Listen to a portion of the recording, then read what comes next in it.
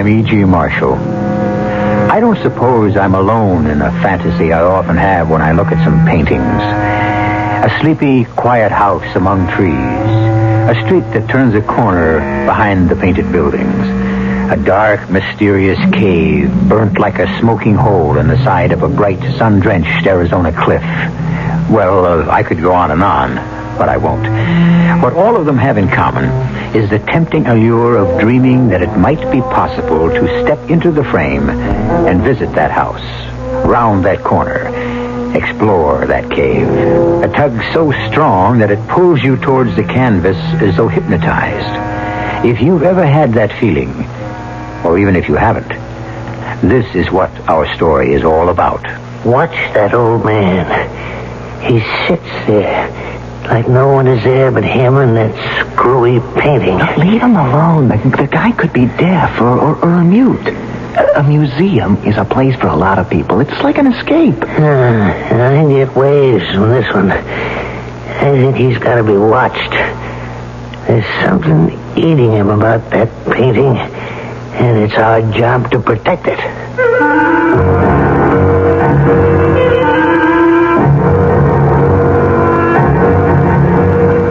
Our mystery drama, Portrait of a Killer, was written especially for the Mystery Theater by Ian Martin and stars Michael Wager. It is sponsored in part by Sign-Off, the Sinus Medicines, and Buick Motor Division. I'll be back shortly with Act One.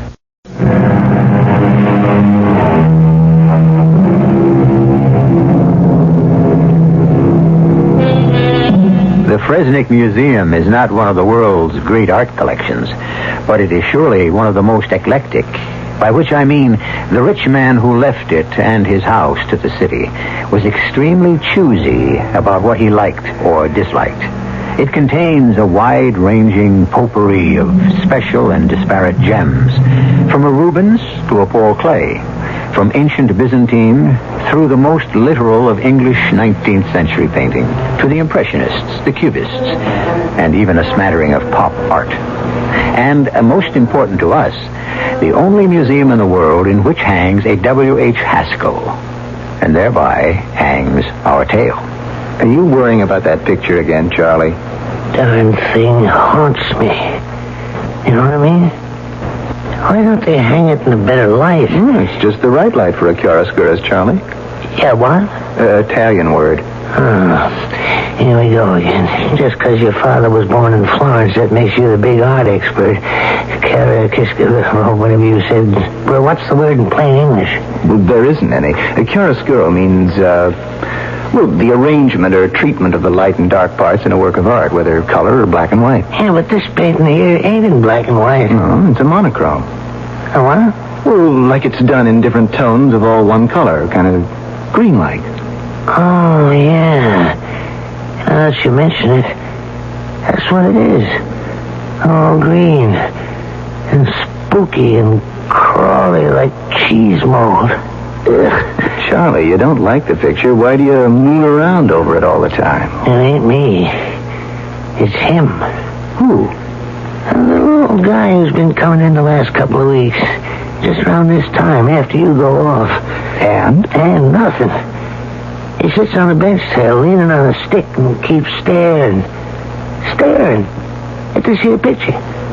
Like he was waiting for something to move or something. To move? What could move? There are no figures in it.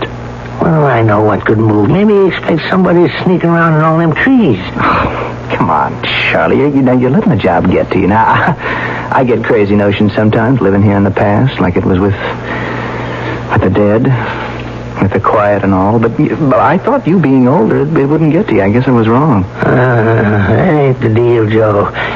I mean, anybody that gets tied up in something dead and gone at my age gives me goosebumps. I don't figure to be around so long. You? You'll bury your nephews and your cousins. What is it? Here he comes. Here who comes? The viewer. With the scarf and all. Let's make ourselves scarce and you'll see what I mean. Why do I come here?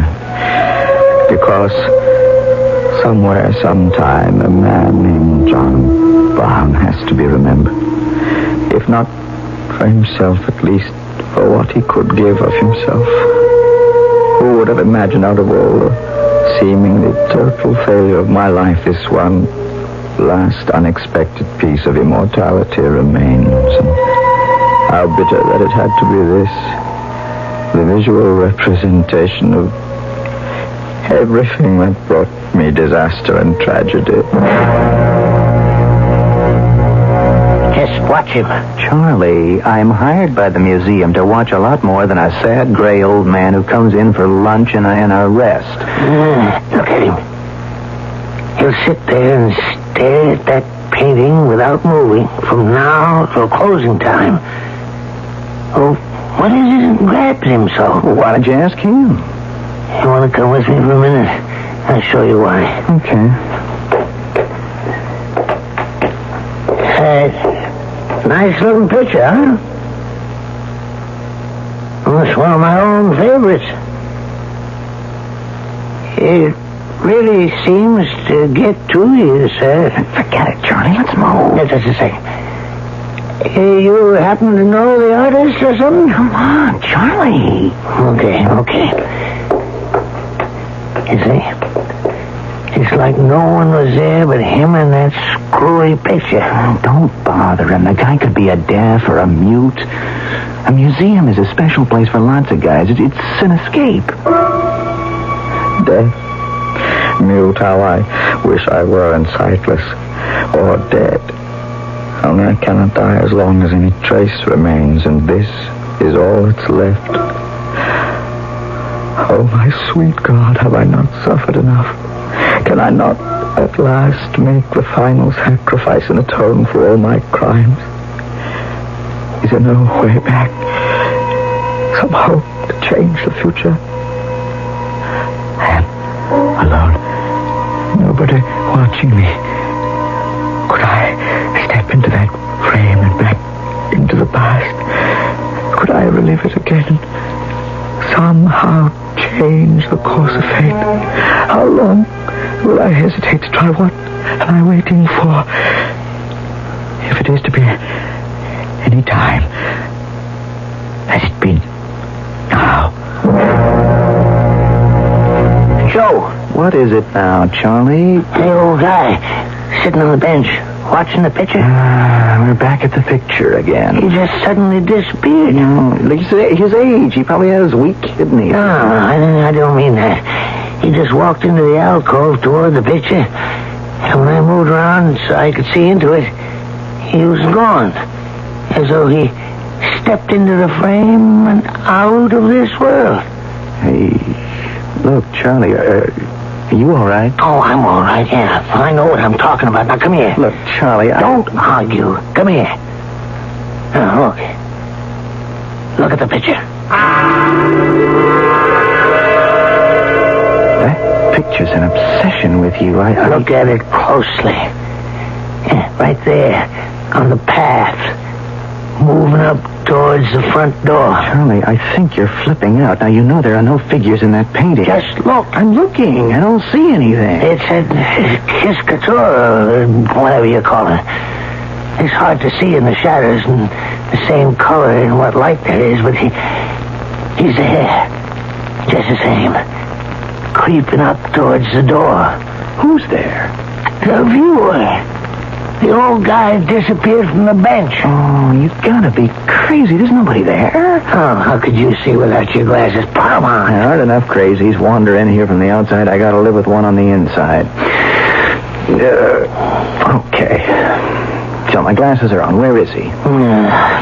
It took too long. Didn't you see? He just went around the corner of the building to the back. You are as nutty as a fruitcake. I didn't see that. I wish I hadn't. You know what he was wearing? What? A tweed suit with knickers and high shoes with a skip cap. I ain't seen an outfit like that since I was a boy myself. Just before World War I.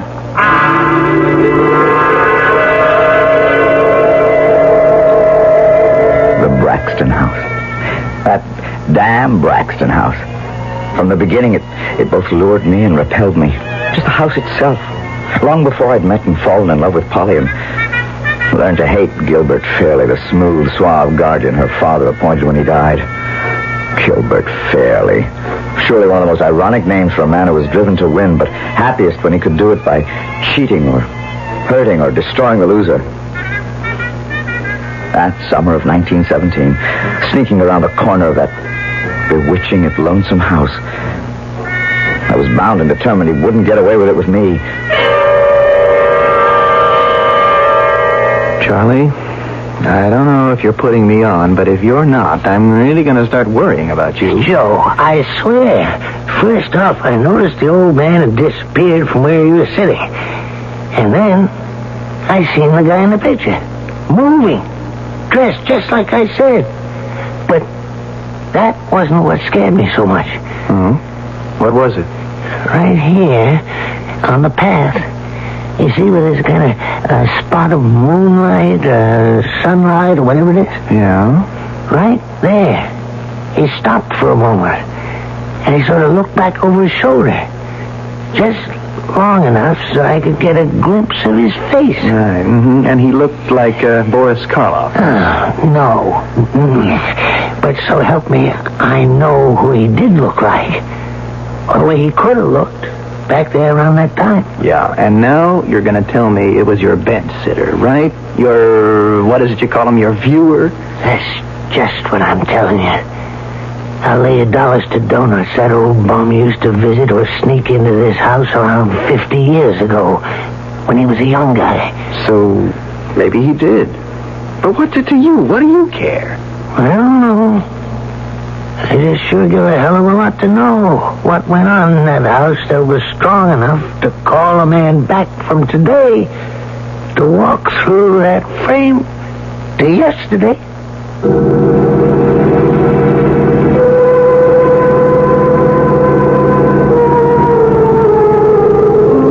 So, what do we have? An elder citizen filling a job who is slipping into senility without realizing it? Or a valid case of dreams come true? An old man who has come back from Lord knows what to moon over a picture that represents his youth and in some magical way has beckoned him back to it? To change the course of events? Or only to relive them? I shall return shortly.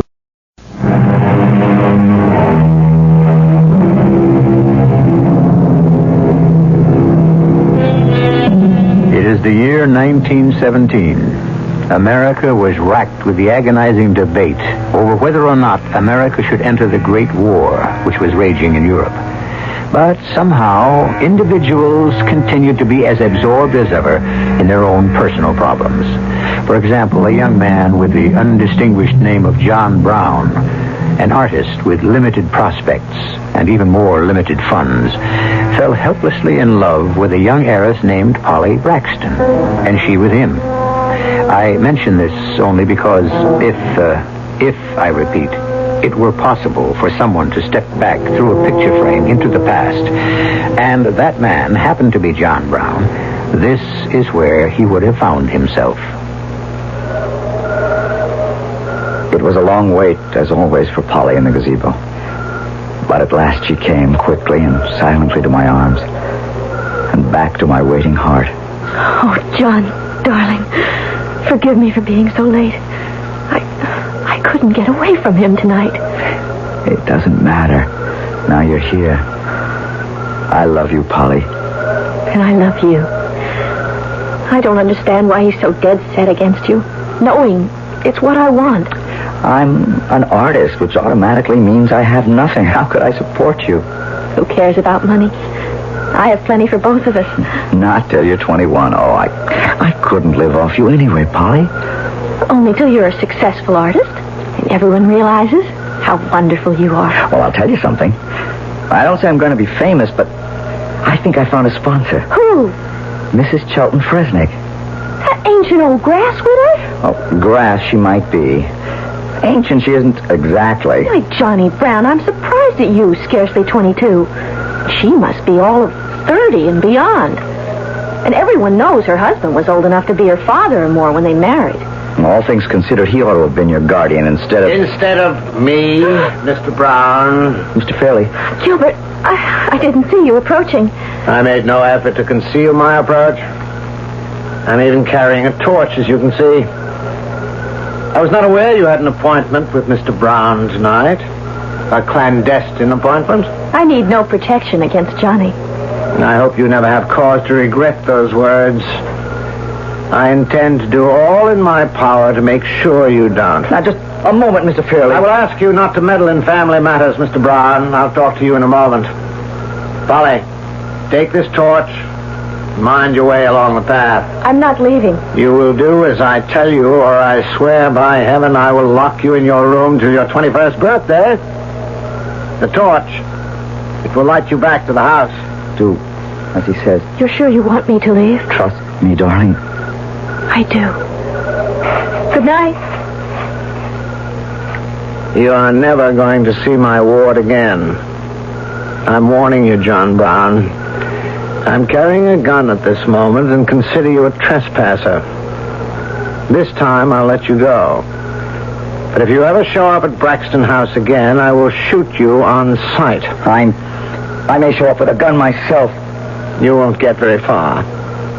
From now on, I'm turning loose trained dogs who'll tear any stranger within the property apart. I left quietly enough, my tail between my legs, but not as far as Mr. Gilbert Fairley thought I'd gone. By the front of the house, I doubled back to the trellis in the wisteria and was up on the porch roof in a moment, knocking at Polly's window gently. What is it? Polly, do you love me? You know I do. But what? Then let me in.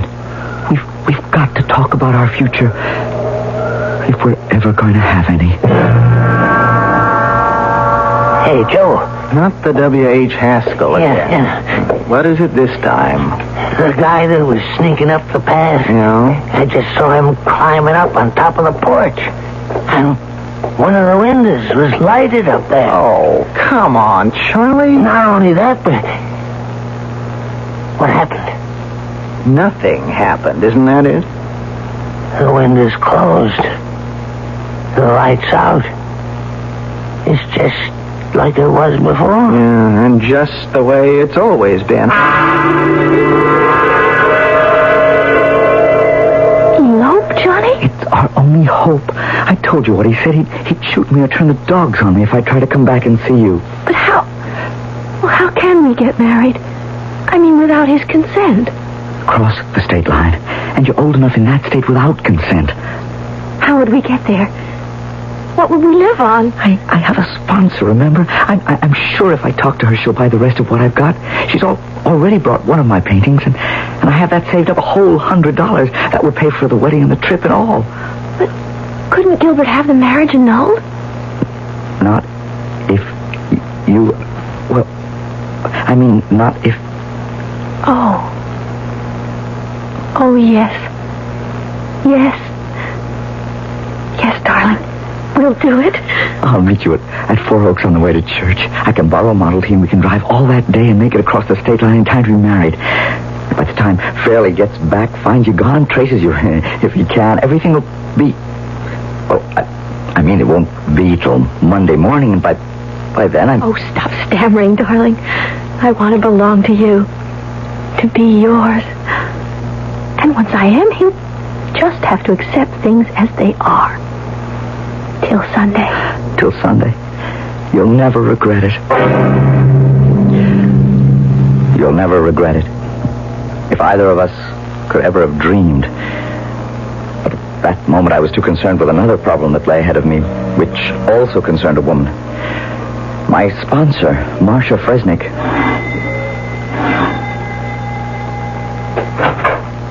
Why, Johnny Brown. Who would have expected you this late? And wasn't it clever of you to pick the maid's night out? Come in. I'm sorry to bother you, Mrs. Fresnick, but, well, something has come up that All right, Johnny. But do we have to talk about it in the hall? Let's go inside and be comfortable. And does it have to be Mrs. Fresnick? Well, now, Come on and sit beside me on the couch. Now, let's get that unhappy frown off our handsome face and tell Mama what the trouble is. well, you kind of like the sort of thing I do, don't you? Well, I don't know. You haven't exactly started doing it yet. I meant my painting. Oh, that. Well, I mean, you did say something about helping me, and you did sort of promise to be my patron. You bought one picture from me. Yes, I did. And let's be fair to Chilton. He recognized your talent. For painting, that is. He thought you had quite a future. But you don't? Well, I'm temporarily interested in the present. Well, so am I. Oh, I'm delighted to hear it. Do you want to tell me why? Marcia. How'd you like to have all of me? Well, now, that's quite a proposition. Why this sudden capitulation, if that's the word? Well, because I need money. I paint because I want to, and everything I paint, I never want to let go, never want to sell, but it's... Well, just now I need money. Oh, is that all? Don't be silly. I have plenty for both of us, and you can still hang on to your precious canvases. Plenty? For both of us? I don't understand. Well, let's not talk about that in the living room. We could make it all much clearer upstairs. Upstairs? Oh, now look, Marcia, I don't need money. Well, gee, I wasn't suggesting that, Joseph. Well, I need money for us to get married. Married? Well, I don't mean to you. I mean to Polly. Polly? Oh, you mean Polly Braxton? Gerald Fairley would never let you have her. He has his sights on her for himself. Mr. Fairley, he's old enough to be... Now, let's not discuss who's old enough to be who's what. And I don't want to talk about that silly little baby like Polly. Let's just concentrate on us. Sure, but what... Through my husband's connections, I can arrange a one-man show for your paintings. But that will take time. In the meantime, there's you and me. I can't wait for a showing. I just like to be able to sell all I have to raise some cash. So you can try to marry Polly Braxton? Yes. You prefer her to me? Well, Marcia, it's different with us. You're damn right it is. You don't mind letting yourself out, do you? Since in a larger sense, you already have. The first thing the following morning, I went straight to Mr. Fresnick's dealer, who had handled the one sale I'd made. I laid my cards on the table about needing money. He said he couldn't handle what I want, but he would refer me to the Koppelman galleries. And that's all you have? Every canvas I've finished, Mr. Koppelman. Van Gogh or Renoir, you're not. Well, I wouldn't expect to be yet. Besides, they're not my style. My style is to buy what I can sell, so... Buy? No. Handle you, show you. Maybe. But right now I need cash. I'll take it on consignment, the usual percentage agreement, and I'll push it all I can. That isn't what I need. Don't rush me. I didn't finish. With you, I'll make a special deal. In advance against future sales, $500, and I can see that's not enough. I'll stretch a little. $1,000 cash, but that is as far as I can go. When could I have it? I have a wagon downstairs. You help me stack these canvases in it, and you'll get it right away. I didn't question anything for a moment. Things had gone even better than I could have hoped. Polly and I met that Sunday as planned, crossed the state line by mid-afternoon, and got Polly settled in the hotel. We registered as man and wife, which we were going to be as soon as I found the justice of the peace. Then came the first blow. John, where have you been? What took you so long? When do we get the license? Oh, honey, There's something wrong. What is it? We can't get married yet. Oh, I knew it. God is punishing us. I knew it was too good to be true. We still have to wait 2 years until I'm... No, take it easy, darling. Not 2 years, just 2 days, 48 hours. Oh, is that all? Then everything's all right. Sure. Only... I know. This was to be our wedding night. We waited so long. Why does it have to be longer? I guess it's just the way the rules are made. But we are going to be married in 48 hours. We are man and wife already in our hearts. Couldn't we bend those old rules just a bit? Do we have to wait any longer? What harm would it do? Well, I guess, considering how much we both want each other, it wouldn't do any harm at all.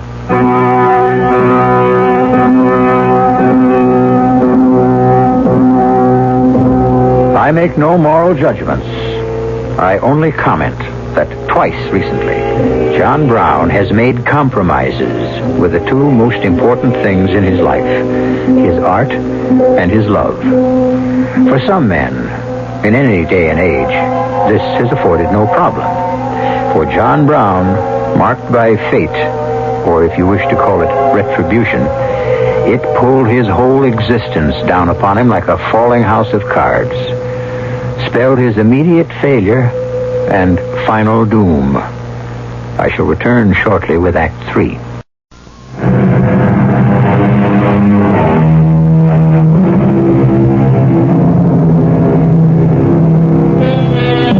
That morning, Polly and John woke up together. Man and wife, in every sense but the piece of paper that would make it legal. Two things happened that affected their future. The United States declared war on Germany, and Gilbert Fairley, not entirely by accident, discovered where his missing ward had disappeared to. Both of these events set a series of actions in motion which are to bring us back full circle through 50 years to the Fresnick Museum and the haunted painting. But let us leave the future for the future and stay for the present with the past. Are you awake, John? Yes, Polly. For a long time, I didn't want to wake you. Oh, good morning, Mr. Brown.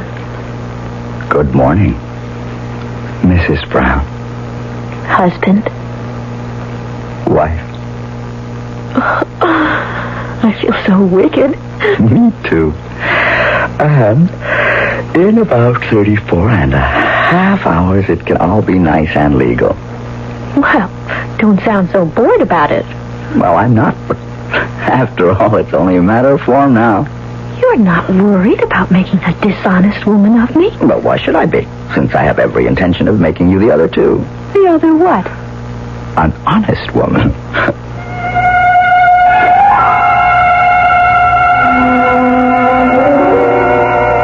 We didn't know how short our happiness was to be. Hell hath no fury like a woman scorned. Perhaps that's an apt quotation, but I never thought Marcia would have felt that strongly.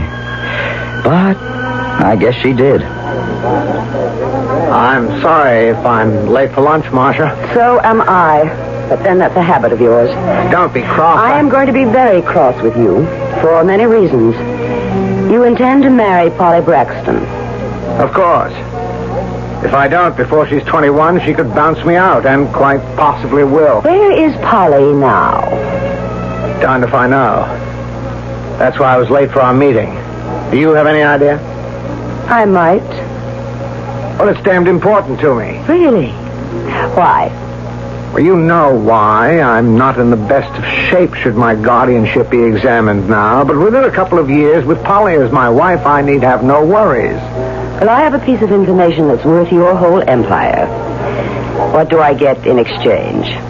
What do you want? A continuance of our present relationship. Nobody pleases me quite like you. Granted. Your little pigeon has flown the coop to get married. You have about, let's see, a little over 24 hours to stop it. Would you like to know where to find her?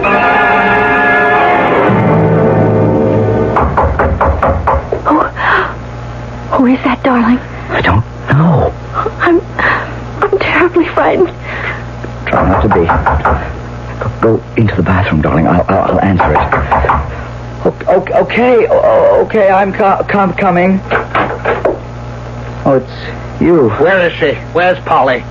None of your damn business. She's my wife now. Oh, no, she's not. I took care to check on that at the registrar's office before I came here. I'm going to have you up for statutory rape. And I have enough evidence on you to make it stick. No, please. I'll go in court and swear that... You could only hurt him. You're 19 and still my ward. And without a marriage license, you've still not reached the age of consent. Now, I'm giving you both one choice. Take it, or I'll shame you and Polly out of all society, and I'll ram you in jail for the best part of your life, Mr. John Brown. What's the choice? We have just gone to war. We'll need plenty of cannon fodder. I shall expect you, Mr. Brown, to report to the nearest recruiting station today, or at the latest tomorrow. And Polly? I'm going to do something for Polly that you couldn't or wouldn't do. I'll make her my wife, and an honest woman. I won't go through all the pleading, the threats, the tears from Polly, and the vicious obstinacy of Gilbert. Today it would seem senseless. In 1917, it was a different world. And I ended up with one of the first cadres to ship overseas to the mud and the trenches as a member of the American Expeditionary Force. I think I prayed that a bullet would find me and put me out of my misery. But with the perversity of fate, since I didn't care about living, I was one of those who came back.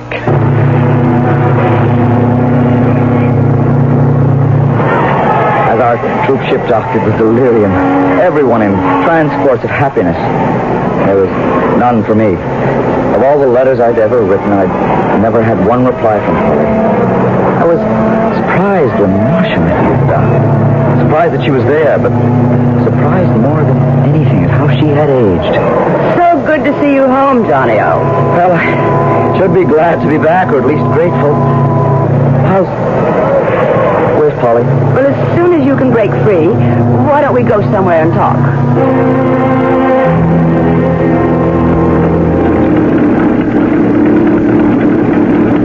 Where are you taking me? Back home with me. You surprised to see a woman driving a car? Yes, not you, but in general, yes. Well, I learned while you boys were overseas. The Women's Auxiliary did what it could. I'm sure it did. What about Polly? Well, she married Gilbert, you know. From all my unanswered letters, I could have guessed. Right after I left? Oh, no. She waited as long as she could, but...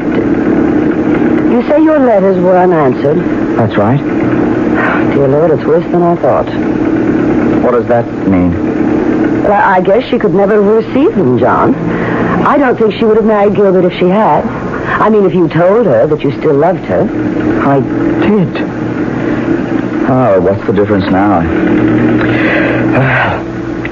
I don't suppose anything's happened to my paintings. I mean, anything of interest, I mean. No. Did you do anything over there? Do you mean painting? Oh, good Lord, no. I hope you will again. Your painting of the old Braxton house is still in my ex-husband's collection. The others? Well, you'd have to ask Gilbert about those. Gilbert? It was a condition Polly made before she'd marry him. They were bought from a dealer named Koppelman and put in her name. You have quite a sum waiting for you in the bank, Johnny. I don't want it. I'd rather have my pictures. Well, they are yours now to claim. What do you mean? She left them to you in her will when she... What? When she what, Marcia? Is Polly dead? Yes, Johnny. Polly is dead. How? She was going to have a child, but she... Go on. She committed suicide. Hanged herself before the child was born. Why? That's something else you'll have to ask Gilbert about. He said, and he had a telegram to prove it, that you had been killed in action. We all thought you were dead. And suddenly it was all crystal clear. That cold fish carrying through his plots at no matter what cost. The child, mine and Polly's, not his. The intercepted letters broke her, thinking I no longer cared for her. And then, with that false telegram, the last frail hope crushed. And her ghastly escape from his cruelties and demands, taking our child with her. And so, half insane with rage, I went to Braxton House for the last time to face the man I felt could shame the devil. I heard you were back in the States, John Brown. I've been rather expecting you to turn up here. Aren't you afraid? Of what? That you tear me limb from limb? I prepared for that. A German Luger. Yes.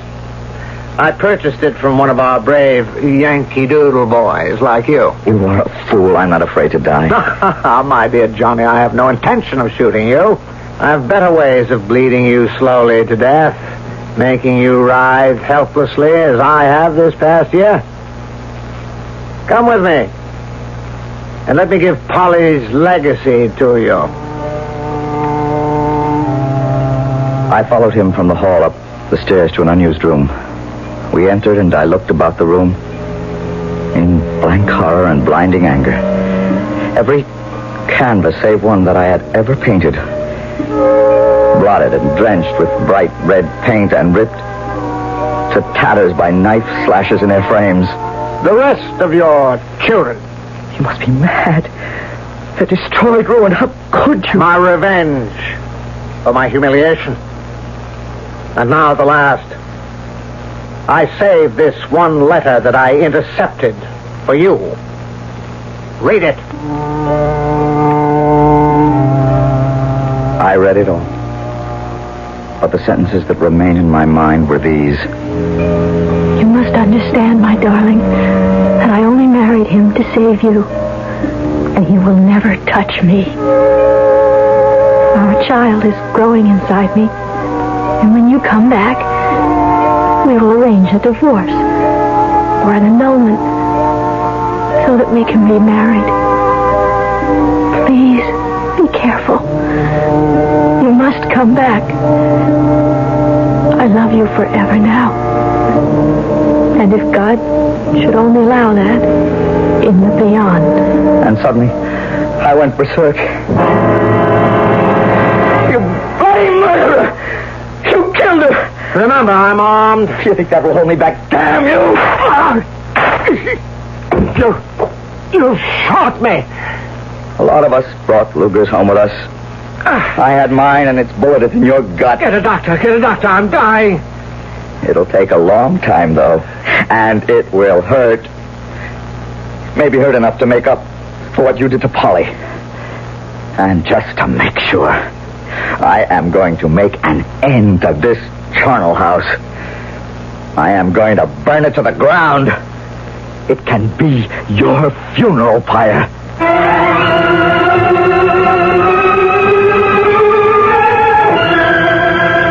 The police found me at Marsha's. I was arrested, tried, and convicted of arson and murder, and committed to an insane asylum for life, where I stayed until I escaped 1 week ago.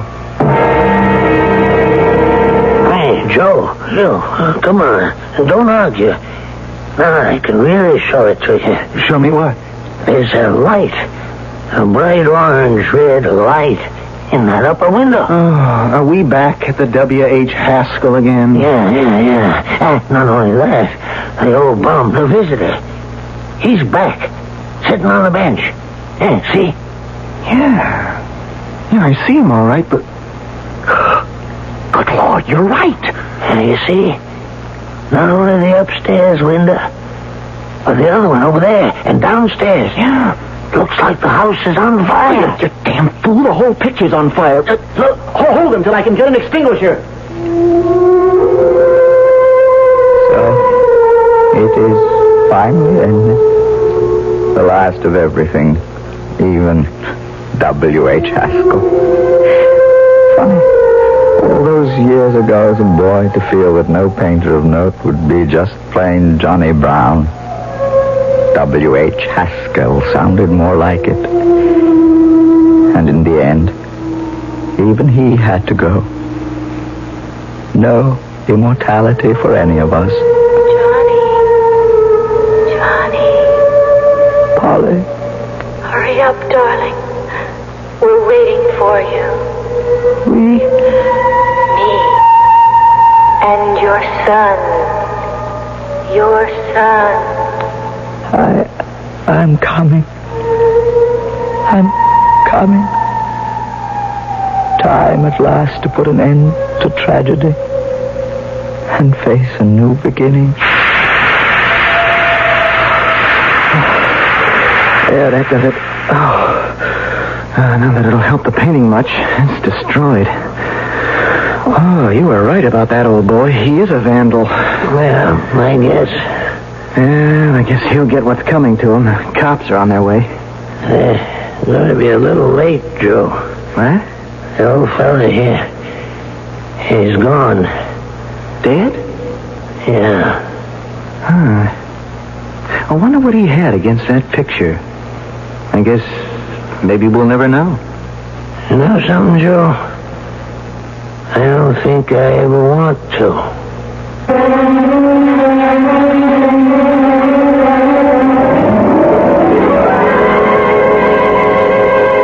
And maybe it's changed my own fascination for the idea of walking through a picture frame, like Alice through the looking glass, just to find out what lay deep in the heart of the forest, or the cave, or the house with the blank windows that showed no light. It's none of my business, really. And maybe I wouldn't like what I found there. I'll be back shortly.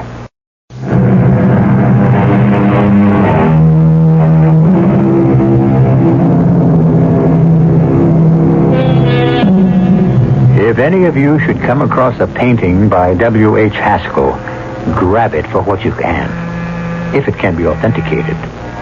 After the incident in the museum, the old story was raked up again. And regardless of what artistic ability Joe Brown had, anything from his hand is, if not priceless, at least tremendously price-worthy. In his own strange way, he did achieve a sort of immortality. Our cast included Michael Wager, Robert Dryden, Joan Lovejoy, Jada Rowland, and Russell Horton. The entire production was under the direction of Hyman Brown. And now, a preview of our next tale. You killed a cab driver named Joe Paulson. What are you saying? Why would I kill him? You took his cash plus the ring. How did I kill him? With a gun. That's impossible. You know me, Lieutenant Davis. I never worked with a gun. Until now. I don't even have a gun. Oh, yes, you do, Eddie. We found it in your apartment. A gun? A 32. The gun that killed Paulson. But I don't remember. If you killed him when you were high, would you remember? Well, no. Well, that's it, Eddie. You got the ring and the gun. Now, do you want to make a statement?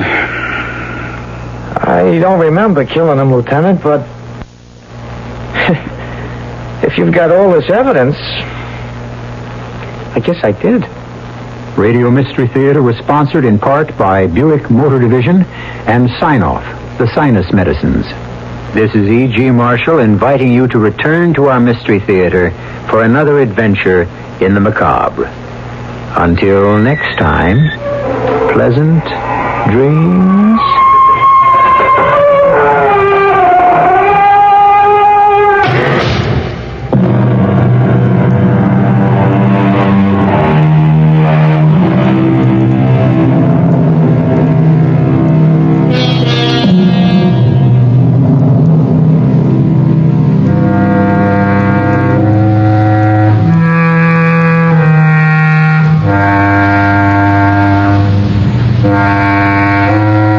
CBS Radio Mystery Theater presents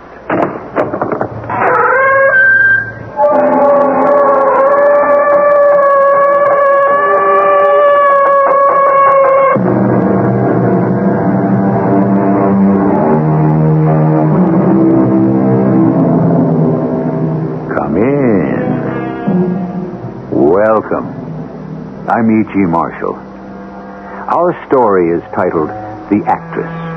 And, as well as one particular actress, it concerns all actresses and all actors all over the world. When you watch and listen to an actor perform, you are watching and listening to two people, the actor and the person portrayed. The less you think and feel about the actor, and the more you think and feel about the person portrayed, the greater is the performance you are watching and listening to. I do not know which first to take in hand. Whether to set the bridal house on fire, or steal through the house to where the bed is spread and thrust a sharpened sword through all their hearts.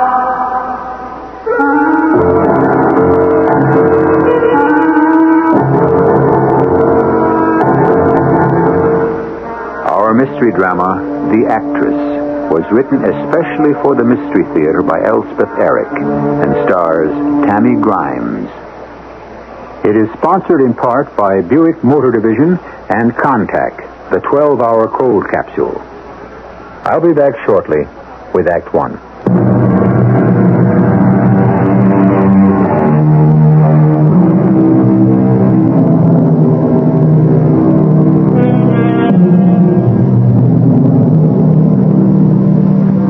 There are actors who present merely themselves, no matter what the part they play. We say they play themselves, and no matter how deftly or charmingly they do it, they never do anything else. Then there are the other actors, the precious few, who somehow, and only heaven knows how, manage to transform themselves to the last possible degree into another, an alien person. These are the great ones. So arm yourself, my heart. I hesitate to do the dreadful thing that must be done. And come, my wretched hand. Pick up the sword, take it, I say. For so you must advance upon this bitter starting point of life. Max, how on earth Forget does your she children. do it? Let's move You can back. warn them She later. doesn't like people standing Even in the though way. You know, you Lorna kill and I them have been now. married for 8 Yes. years. I've acted in 6 plays. But I had to force you into this one. Well, who could possibly guess that a play written by a Greek named Euripides 2,400 years ago could be a hit? Without your wife, it wouldn't have been. Well, my wife plus your direction, Max. Oh, I moved her around the stage a bit, and that's about all. Lorna did the rest. How does she do it, Max? How does she make people believe she's a woman who killed her own sons to revenge herself upon a husband who got tired of her and took another wife? How does she do that? Absorbs it through her pores, I guess.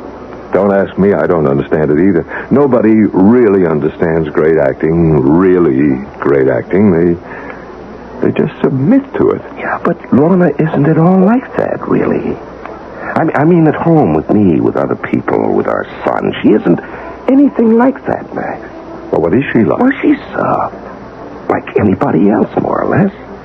I mean, as much as anybody is like anybody else. Of course, she was a big star when I met her 8 years ago, but even then, I remember thinking, why she's not like an actress at all. I don't know what I thought actresses were like. But... Did you fall in love with her right away? Oh, yes, I did. It wasn't a question of a stuffy corporation lawyer being dazzled by a big glamorous star. I swear it wasn't. I'm sure it was. I fell in love with her, Max. The warmest, most wonderful person I'd ever met.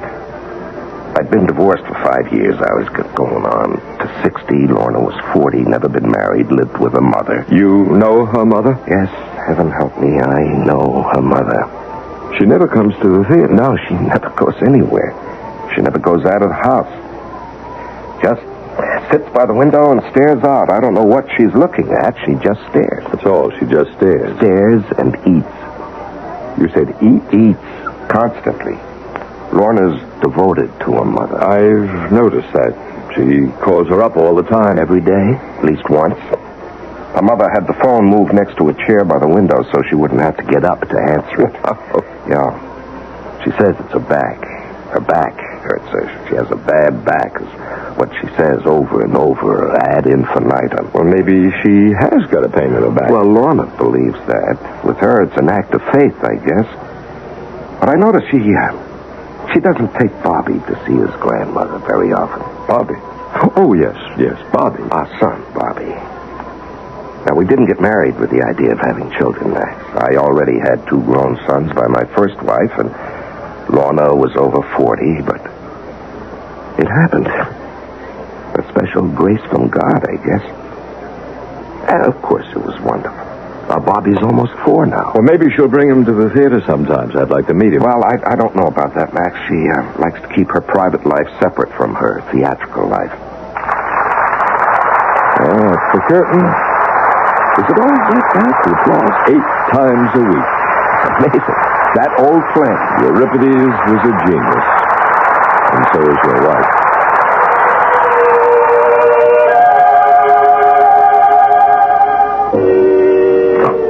Well done, darling. What? I said well done. The performance. Oh. Were you out front? I watched from the wings with Max. Oh. Did you? Mm-hmm. Part of it. Then we moved back. Max said it might bother you. Breaks my concentration if I happen to see somebody. Mostly I don't see anybody. Well, and how's everything? Everything's all right. Darling, would you hand me the phone? Well, it's almost 11 o'clock. Who do you want to call? I have to call my mother. Oh, now, sweetheart, you called your mother this morning. I heard you. You talked to her for an hour. She expects me to call. You mean you call her every night from here? I thought you knew that. Hand me the phone. Well, what on earth do you find to talk about? Oh, this and that and the other. Darling, please. Well, I can't imagine why you want to baby that woman. She's never done anything for you. She's my mother. Well, she hasn't acted like a mother. Quite the opposite. Hello, dear. How do you feel? Oh, I'm so sorry about that. It's got to be her back. Mother, please, let me send my doctor over to see you. You'll like him. I know you will. No, she won't. They'll tell her to lose some weight and she'll hate him. All right. Forget about the doctor. Do you need anything? There's no matinee tomorrow, and I could... No, you couldn't. You couldn't go over there. Macaroons? Mother, dear, I brought you some macaroons day before yesterday. Oh. Well, I tried to get almond, but they only had coconut. I'll look again tomorrow. There's a place on Madison Avenue, I think. Oh, Lorna. Yes. Yes, of course I will. No trouble at all. Now, you go to bed and sleep well. Well, try. And I'll call you in the morning. Night, love. Now, Ted, don't look at me that way. She's my mother. She's a leech. She's a sponge. She's a parasite. I know. Well, if you know, why do you bother with her? I don't mean you should neglect her. You'd never do that anyway. But why this incessant waiting on her, this constant keeping in touch with her? Can't you just leave her alone, Lorna? Let her sit by the window and munch her macaroons and her lady fingers and her pies and cakes and cookies. I know you love her, darling, but good grief, there are limits, Lorna. You do understand what I'm saying, don't you? Yes. It's not that I'm jealous of your mother. I don't think it's that. You know I want you to love your mother. Well, it isn't a question of loving her. It's understanding her. You do understand her. No, I don't. Not really. As much as anybody understands anybody. But that's not enough. Why not? Why isn't it? Just isn't. I have to know all about her. Why she sits in the window and stares out at nothing. Oh, darling, you told me she started doing that right after your father ran off and left the two of you. That's true. But why did it hurt so much? Why did I get over it and she didn't? Well, you were younger. I was 15 and she was 35. Still very attractive. That doesn't explain it. You went into the theater. She could have done that. She'd been in a couple of plays. She even made a movie. She could have tried to get back in, but no, she didn't. She just sat down in that chair by the window and started to eat. Now she's 65 and weighs 300 pounds. Why? Why would she do that? Well, you just said, darling, that her husband, your father... Lots of husbands and lots of fathers have run off. All those women didn't start eating themselves to death. No. The hurt must have been so deep, so searing. Such torture. Well, her pride was hurt, her vanity. That's not enough, Ted. There has to be something else. Some other reason. Some other... Motivation. Oh, now, Lorna. Lorna, that's actor talk. What's wrong with actor talk? Nothing, only Actors aren't stupid, you know. I never said that. Just because they work with their feelings doesn't mean... Lorna, honey, calm down. Now, take it easy. I love actors, you know that. No, you don't. You think they're funny, pathetic little show-offs. No, I don't. You don't know what they go through to do what they do. You think they're just strutting around, showing off. No, I don't think anything of the kind. Now, please, don't upset yourself like this. All right. I won't. I mean, you don't know. You don't really know. Nobody does.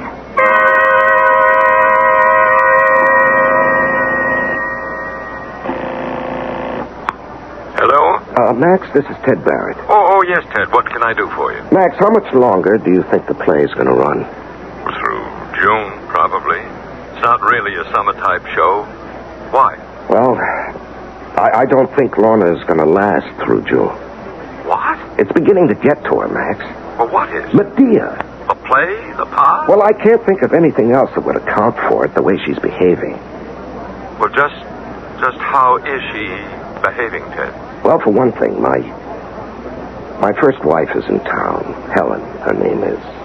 And when she comes to New York, I always see her, find out how the boys are doing, how she's doing, and sometimes Lorna comes along with me, and sometimes Helen comes to the house for dinner. All very friendly, Max, all very adult and sophisticated, you know? Yeah, so? Well, all of a sudden, it's not so sophisticated anymore, or so adult. Lorna doesn't want to see Helen, doesn't want to have lunch with her, doesn't want her to come to the house, doesn't want to have anything to do with her. So, is it so important? No, not really, but Helen is surprised and a little hurt and... Well, the really important thing is Lorna, Max, her state of mind. It's not good, and I'm worried. Well, there's only a couple of months to go on the play. We're still selling out. You wouldn't expect us to close while we're selling out. No, I suppose not. Lorna signed a contract, after all. You're a businessman. You understand what that means? Yeah, I suppose. You see, Medea is a very difficult, very, very exacting part. It's tougher even than Lady Macbeth. Maybe the toughest part ever written for a woman. Those old Greeks really knew how to go to the heart of things. Yeah, Max, I know all that. Playing a woman who kills her children despite her husband... Play her 8 times a week. Well, that takes a lot out of the strongest woman, Ted, but Lorna is a strong woman. I don't know. Oh, she is. She'll last through June, believe me. Don't worry. She'll last.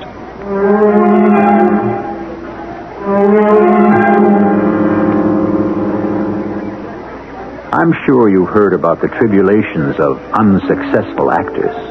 Perhaps they kept you from pursuing such a career yourself. And I am not here to tell you that you are right or wrong. But I will tell you that once success has come to an actor, the tribulations do not end and may even increase. I'll be back shortly with Act 2.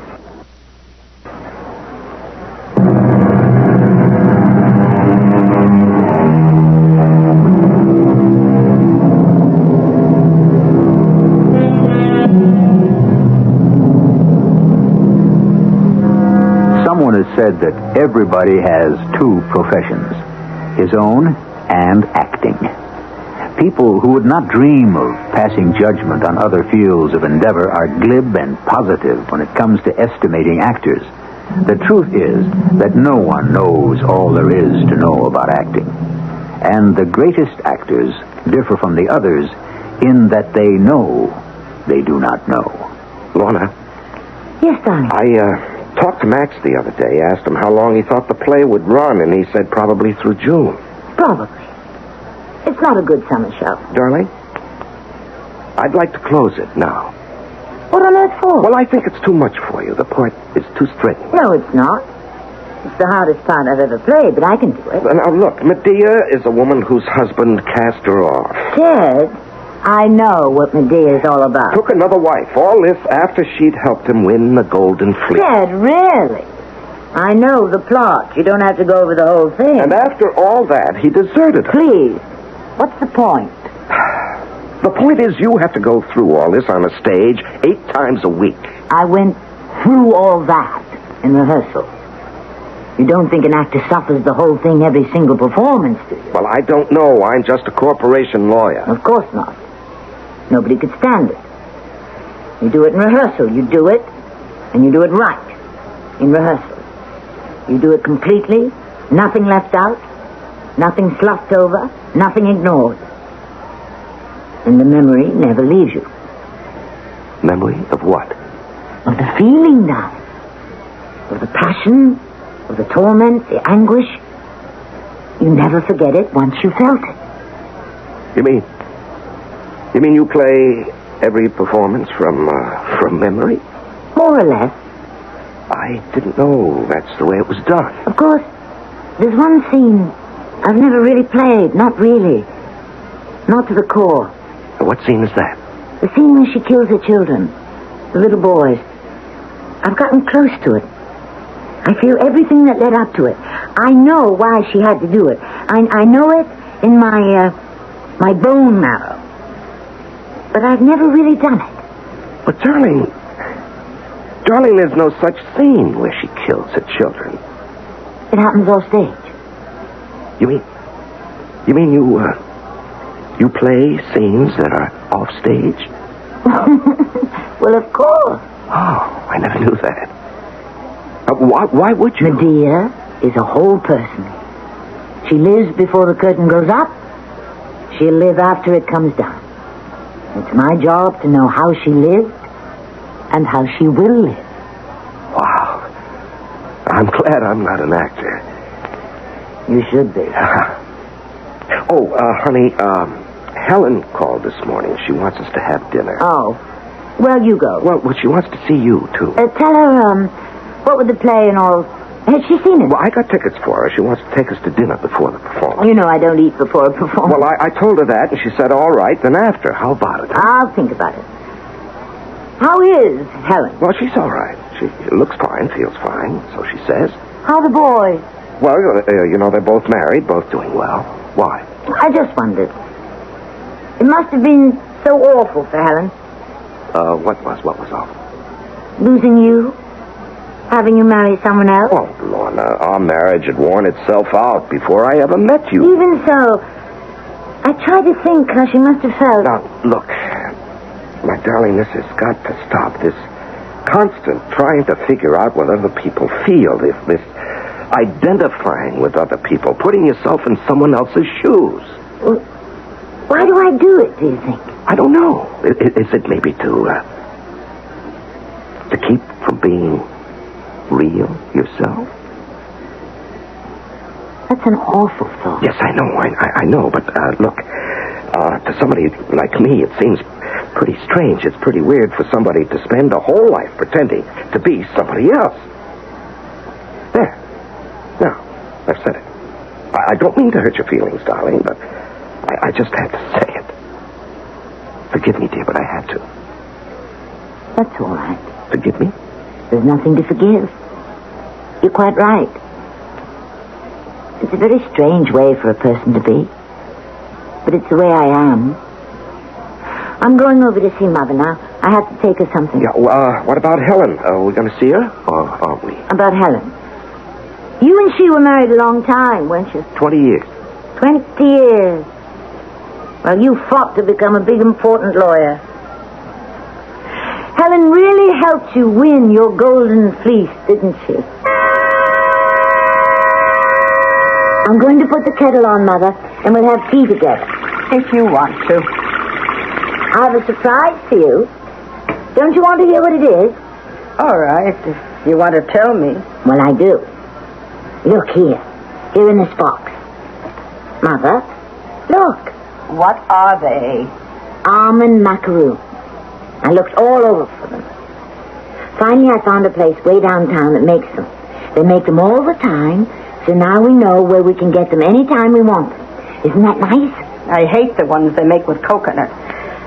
I'll take one now. Oh, don't you want to wait till... I'll take one now. Well, all right. I'll get a plate. I'll take it right out of the box. All right. Well, What have you been doing these last few days? I never do anything. You know I never do anything. My back. I can't do anything on account of my back. Maybe if you... Terrible pain. Oh, terrible pain all up and down my back. Sometimes it's just high up, and sometimes it's further down, but I'm always... water's boiling. I'll fix that tea. Only if you want some. Mother, dear, there's something I want to talk to you about. What? It's something we've never discussed, really. Probably that's my fault. I didn't want to intrude on your feelings, maybe. But now, I think I have to. I don't know what you're talking about. I'm talking about... Look, let's have our tea. You want milk and sugar? Here they are. Now, do you want to pour or shall I? No, you do it. All right. Want me to do the milk and sugar? I'll do that. Good. Now, I need another macaroon to go with this. Mother dear, they're right in front of you. Oh. You like these macaroons, don't you? Better than those other ones. Now, Mother dear, I want to talk to you about something that may be very painful to you. Oh, everything's painful. My back hurts me. No, I don't mean your back.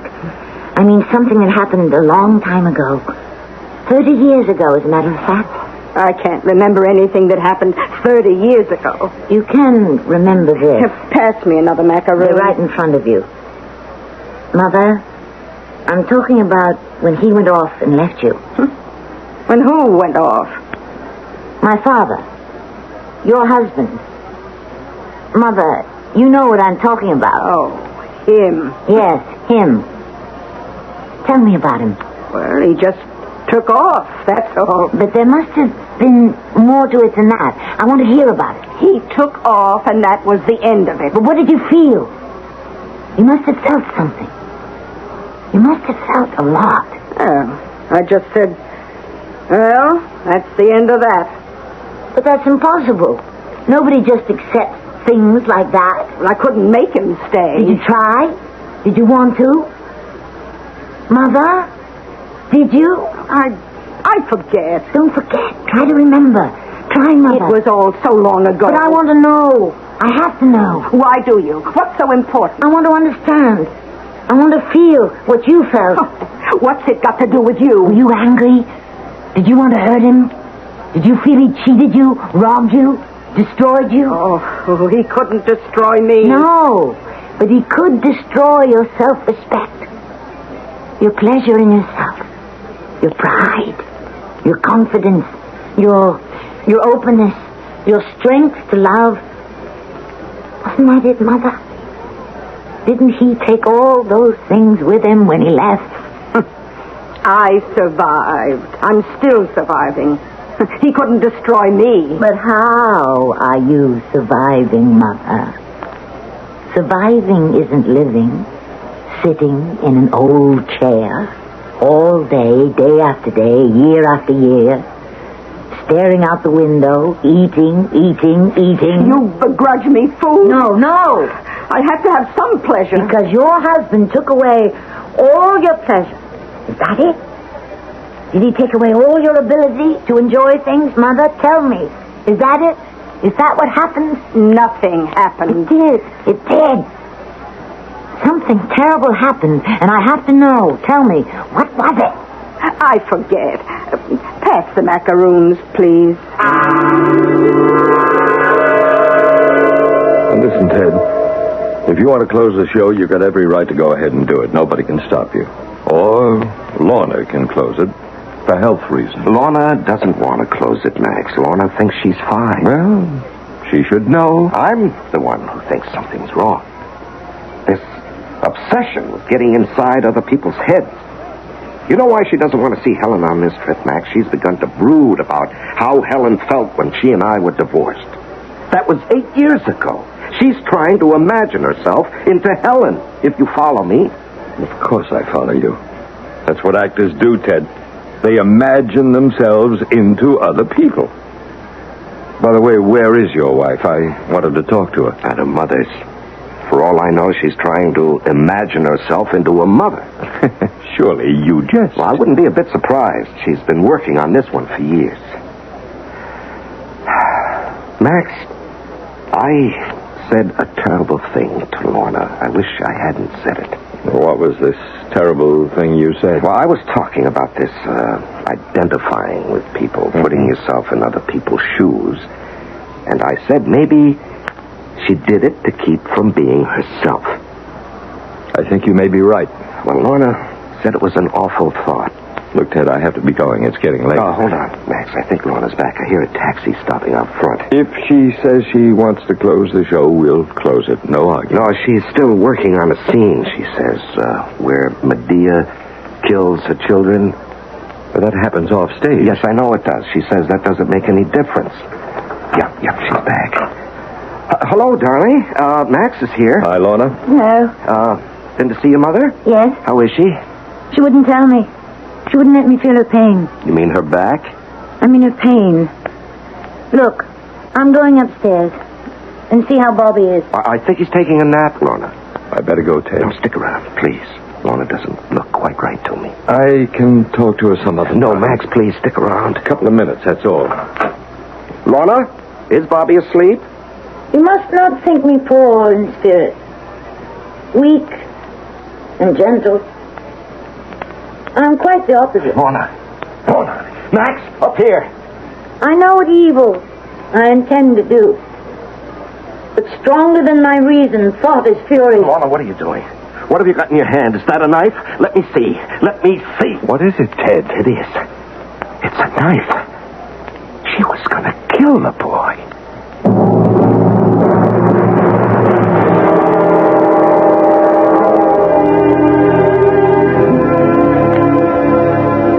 There was an actress in the century past who wrote as follows, for the benefit of all the actors to come after her. If the actress cannot unearth in the buried temple of her own consciousness certain undeniable identification with the naked soul of a murderess, she should abstain from such parts until she has learned more about life and herself. The name of the actress who had such profound knowledge of both her art and of human nature was Sarah Siddons.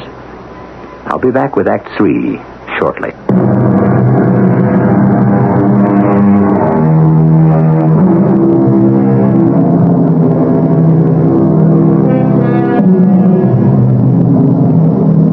The ways of actors are exceedingly strange. There are schools, there are classes, there are teachers, there are systems, there are methods. Any of them may be good, but in the last analysis, none of them is any good at all. For finally, the actor must search out and discover the soul of the character he plays deep within his own. The search may be long, it is bound to be difficult, and it is essentially lonely. Lorna, I think Max is here. Give him my love. Don't you want to talk to him? I'm busy. Oh, all right. Hello, Max. Come in. How are you, Ted? Oh, I'm all right. Come in, sit down. Let me make you a drink. If you'll join me? Yes, that I will. How's Lorna? She's all right. Lorna's all right. Yeah, she's all right. Good. I'm glad. Is she home? She's upstairs. The last time I was in this house was the night that she... Well, you know, that terrible night. I was the one who took the knife away from her. Max, that was a psychotic episode. That's what the psychiatrist calls it. A psychotic episode brought on by emotional strain. Now, Lorna hardly remembers it. Actually, the next morning when I told her we'd decided to close the show, she couldn't understand why. I told her as gently as I could how we had found her standing over Bobby's bed holding a knife. Ted, she'd never have hurt the boy. Nobody can persuade me she'd ever do a thing like that. Yes, and the doctor agrees with you. She was trying to get to the heart of that off-stage scene where Medea kills her sons. You said she told you she'd never really done that, not all the way. Yes, I know, Max, and the psychiatrist agrees with you. She went to him every day for 6 months. You see, she confused Helen, my first wife, with Medea. She confused me with Medea's husband. It was all too much for her. Well, thank heaven we're finished with that damn play. That's one of the things I wanted to talk to you about, the play. What about it? Well, now that the summer's over, do you want to reopen it? Reopen? Are you crazy? No, I just thought that play is responsible for everything that happened. No, Ted, that's not quite true. Well, she got so wrapped up in that part. Ted, that's what an actress does. She gets wrapped up in a part. She doesn't wrap the part around herself. A great actress doesn't do that. She wraps up in it. And she loses herself in it. Yeah, loses herself. That's what happened to Lorna, and I damn near lost her. Well, then you don't want to reopen the play. Hell no. Do you think Lorna would like to reopen? I certainly hope she wouldn't. Well, ask her, will you? Please, ask her. After all, it's her decision to make. Will you ask her? I don't... All right, Max. I'll ask her.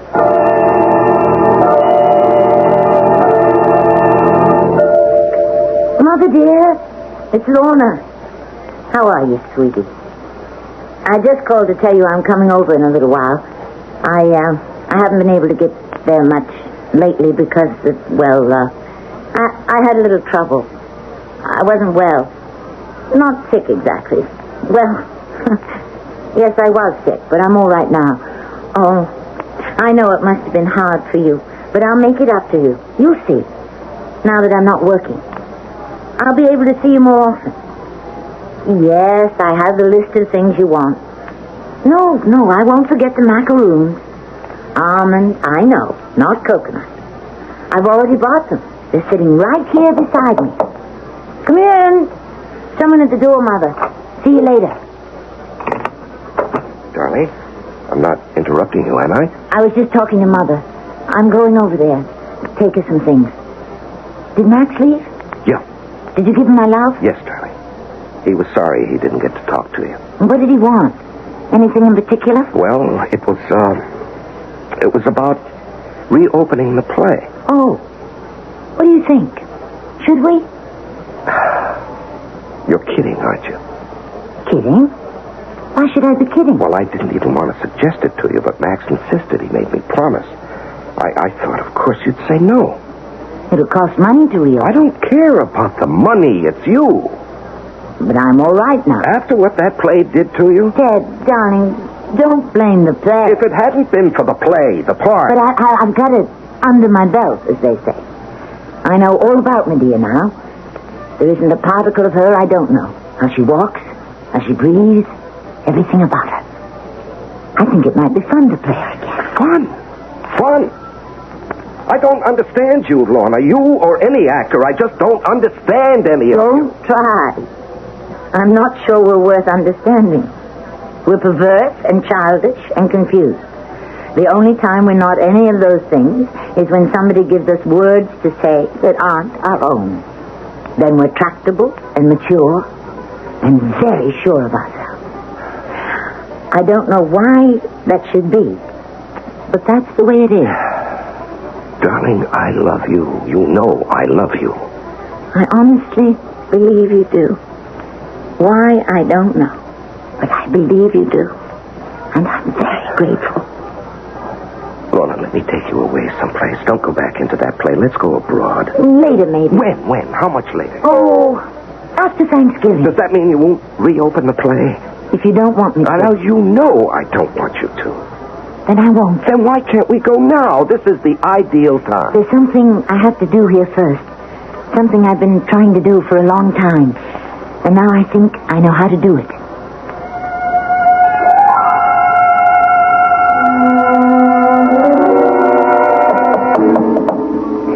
Is that you, Lorna? Yes, Mother. Well, come on in. The door's not locked.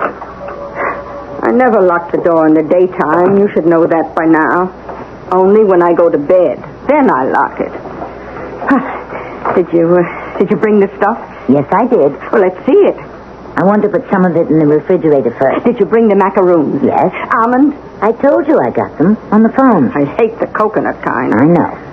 Well, what? Well, you're not putting the macaroons in the refrigerator, are you? No, they're right here. Well, bring them over. I want to make some tea first. I want one now. Later. I want one now. Later. I haven't had one for weeks. Mother, I want to talk to you about something. We started to talk about it once before, last spring. But then I got sick. But now I want to talk about it again. I don't see why I can't have a macaroon. Mother, it's very important to me to know how you get to be the way you are. What's the matter with the way I am? Everything. You won't do anything. You don't see anyone. You don't go out. You don't do anything here in the apartment. You don't even clean. You sit. And you stare. And you eat.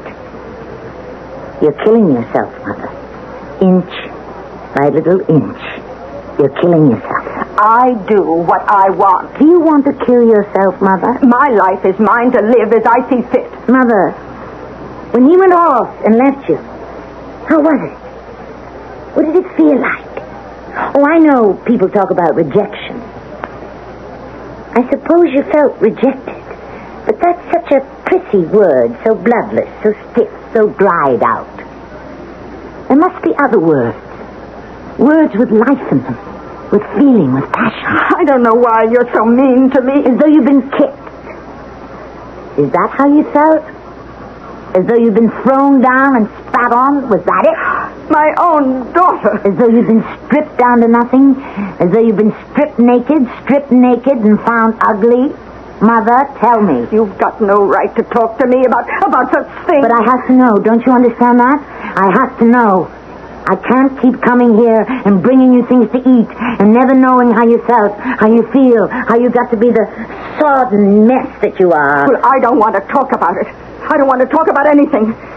Now, you just march right over there and fetch me my macaroon. All right. I think the water's about ready to boil. Yes, it is.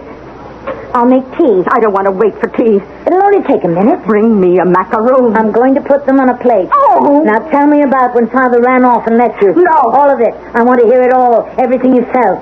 Did you cry? Did you beat your head against the wall? What did you do, Mother, before you sat down in that chair and started staring out the window and eating macaroons? Tell me. You bring me those macaroons. You're right. They're right here. All laid out on a plate. Well, bring them here. Not until you tell me. Not until you start talking and telling me all about how it was. Don't skip anything. Don't leave anything out. Tell me everything. If you won't bring them to me... Tell me. I'll come and get them. Tell me, Mother, what was it like? What did you feel? You miserable, selfish girl. You... Mother! Oh...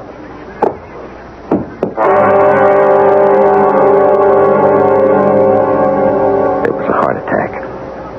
Dropped dead right at Lorna's feet. Oh, terrible for Lorna. Well, when she called me, Max, she could hardly talk. All she said was, I never meant that. That wasn't what I meant. A strange thing to say. She just went over there to take her mother some delicacies. She bought some lime sherbet, Polish ham, things like that. And I'd been talking to her about reopening the show. She seemed willing enough, but I begged her not to, and she said, all right, she wouldn't. No argument? No, none at all, really. Ted, is there anything I can do? Maybe later, Max. Right now, she's upstairs resting. The doctor gave her something a few hours ago. Maybe I better go up and see how she is. You want me to come along? No, I better go alone. I'll let myself out. Yeah, do that, will you? Give Lorna my love. Sure, Max.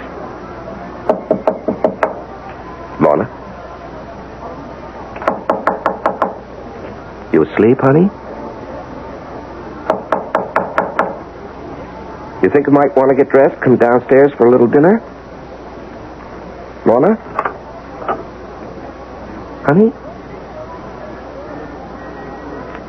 Sweetheart, what are you doing? I thought you'd be lying down. Are you all right?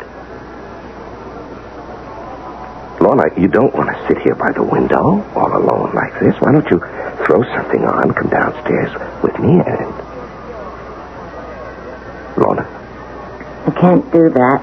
Well, why not, darling? It might be good for you. I can't. On account of my back. My back hurts. Lorna. Pass me those macaroons, will you? Not those. Those are coconut. Pass me the almond one.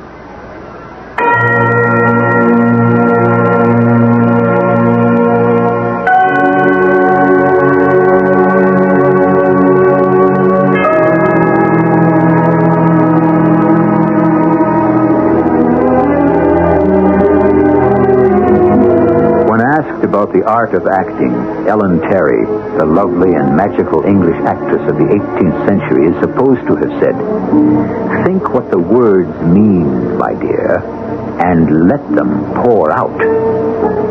Sounds easy, doesn't it? It isn't. I'll be back shortly.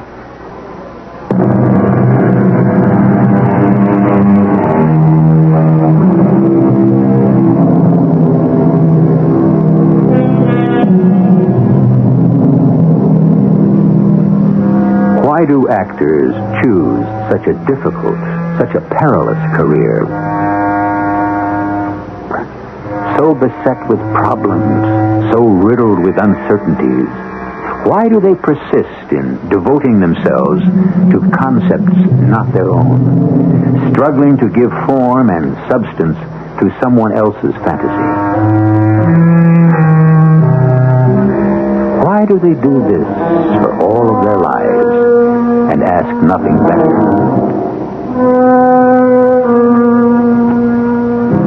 Why? For the life of me, I do not know. Our cast included Tammy Grimes, Larry Haynes, Arnold Moss, and Bryna Rayburn. The entire production was under the direction of Hyman Brown. This is E.G. Marshall inviting you to return to our Mystery Theater for another adventure in the macabre. Until next time, pleasant dreams.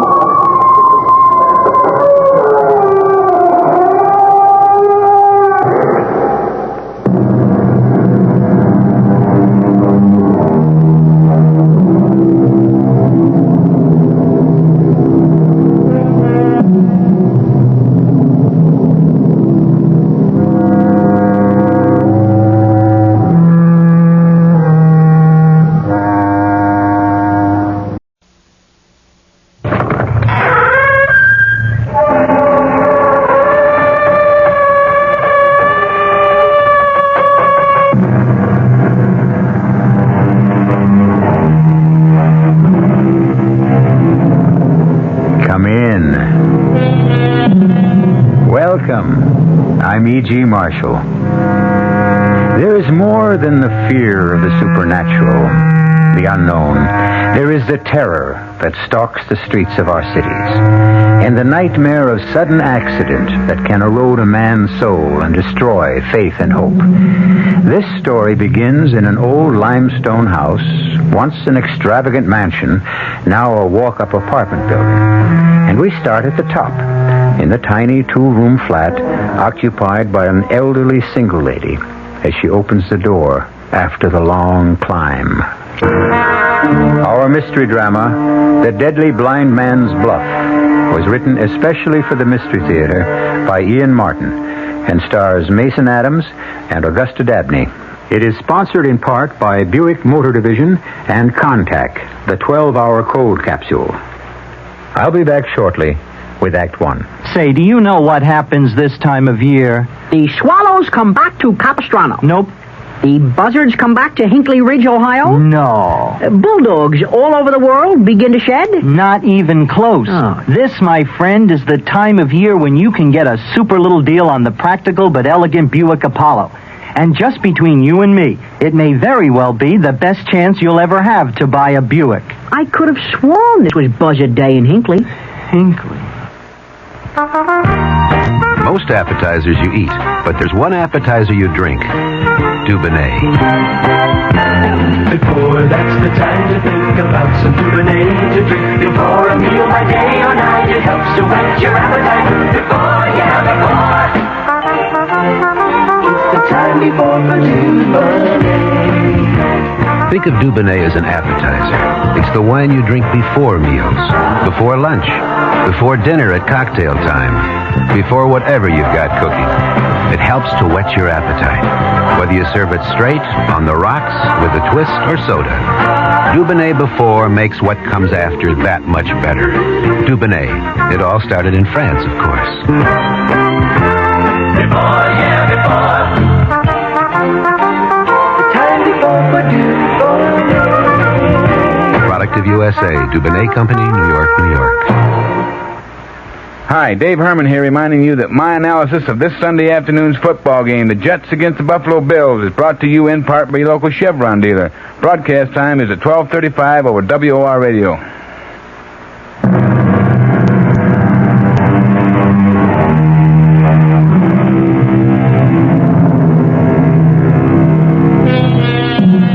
Not so long ago, 821 Green Street was a good place to live. From the landlord who lived in the basement to Mrs. Schofield, the elderly lady who lived on the top floor in the single tiny apartment with a flower terrace outside. Certainly nobody was happier to move into the building than Fran and Dave Miller. How could they have even guessed that in it Dave would lose himself as a man, or that a savage, reckless, vicious killer would be the magic key to him finding himself again? It's quite a climb, 3 flights. Only one person lives higher. Mrs. Schofield. Quiet as a mouse. She won't ever bother you. Here we are. How clean and well kept up everything is, isn't it, Dave? Yeah, somebody takes a lot of pride in the work put into this. Mm-hmm. My grandfather had this house built for him. 1894. People took a power of pride in what they worked at then. Can't find anyone who wants to work with his hands these days. Oh, yes, you can. My Dave. And nobody takes more pride in what he does. What's your profession, Mr. Miller? I'm a jackhammer man, Mr. Stone, a riveter. Yes, he works on all the big ones.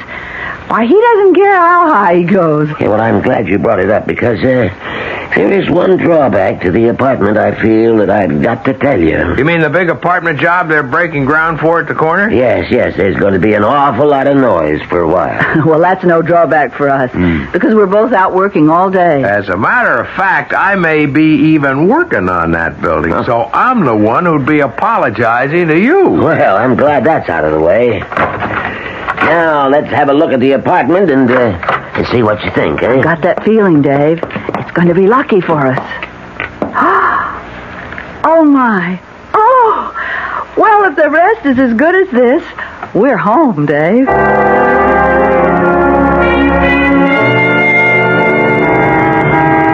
Morning, Mrs. Schofield. Not off babysitting with your grandson today? Oh, Sergeant Hennessy. Now, how would you know today's my day? Because 'tis Friday, and your habits are as regular as clockwork. The sergeant knows the habits of everyone in the precinct. It's what I get for being a beach cop the most of my life and sticking to it. Well, don't think we're all not grateful, Mr. Rivera. It's why we all think this is the safest neighborhood in the city. But my son and his family are off on vacation for 2 weeks. I'm surprised you didn't go along. Oh, too far.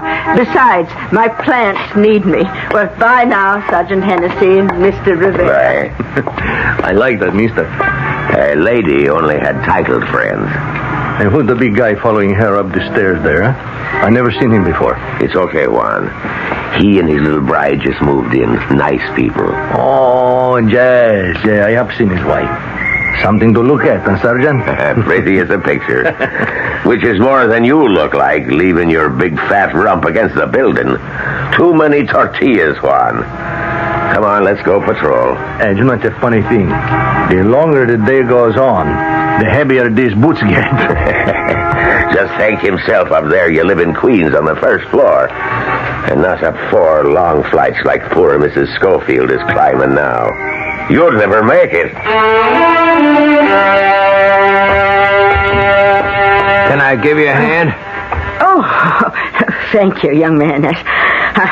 I'm afraid these stairs are beginning to get the better of me. I'm David Miller. My wife and I just moved on the 4th floor, apartment B. Oh, well, I'm Letitia Schofield, top floor. Oh, well, just one more now, if I ever make it. Well, I'd be glad to see you home safe.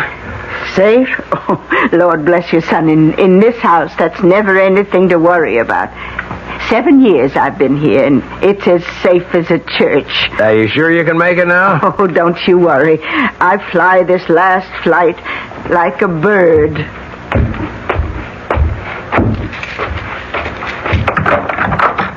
Fran, it's me. I got the cup hooks and the other stuff. Hi, darling. Oh, I've just been fixing and fiddling, and it's all just as perfect and wonderful as I knew it would be that first day when we took it. Hey, take it easy. You want to break me in half? No, I just want to hug you as hard as I can to let you know how happy I am. Oh, nothing could break you anyway. You're as hard as steel. Not inside. Not when you're this close. Well, I want to be as close as close. I love the apartment, darling. I love you. I love us. Do you love me? You know I do. All I do is have to look at you. You're so beautiful, Fran. Okay, you just keep wearing those rose-colored spectacles, and I'll stay that way. I don't need spectacles. Nothing the matter with my eyes.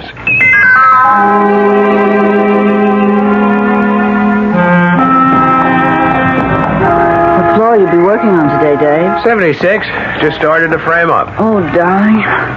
Gee, I wonder at you sometimes. Aren't you ever afraid? I wouldn't want to take time to think about it. You can't.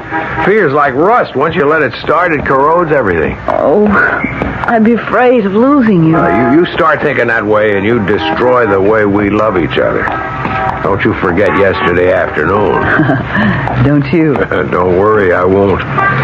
Well, I'll see you around 4. And it's an eternity. But it's worth living through, just so we can see each other again. And I'm the one who gets the best part of that bargain.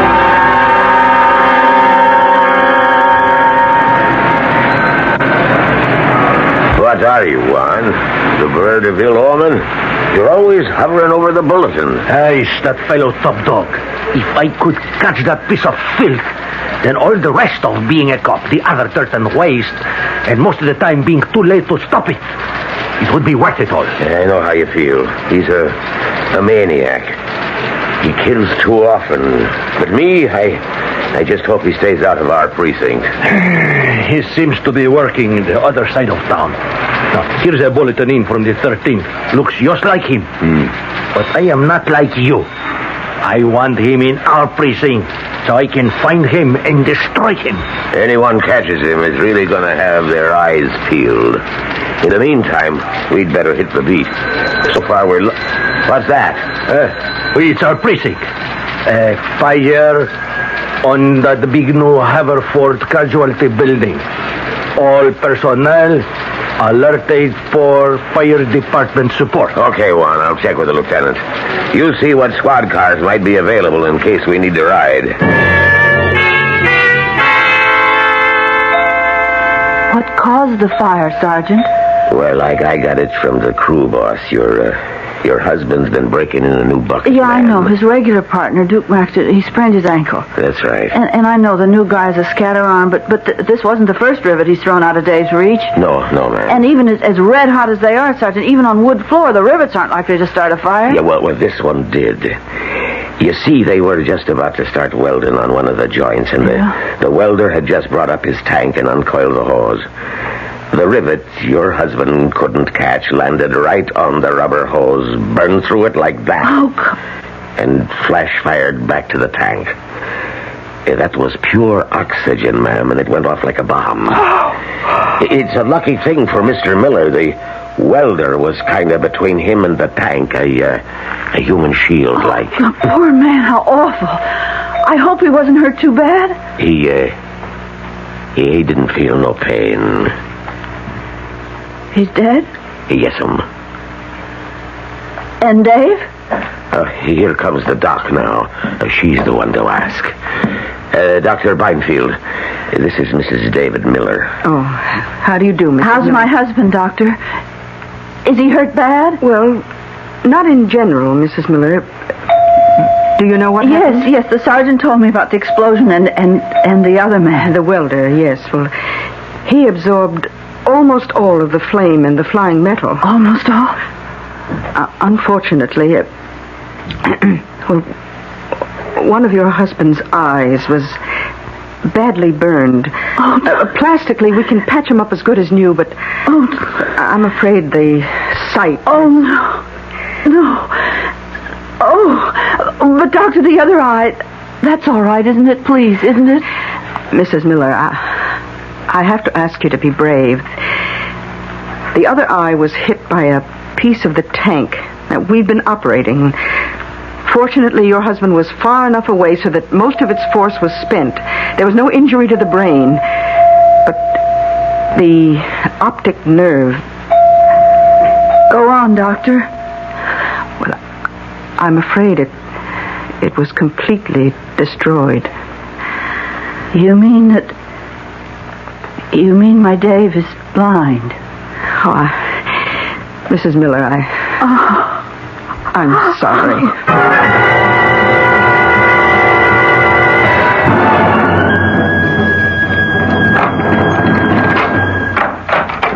You had to walk in and see me. No. Just keep your mouth shut and do like I tell, mister. And just walk over to that wall. Away from the door. Keep your hands up. Say nothing, right? Not a peep. Not even to beg and crawl and tell me you never seen me. You never seen nothing. You didn't see nothing, mister. Nobody sees Top Dog and lives.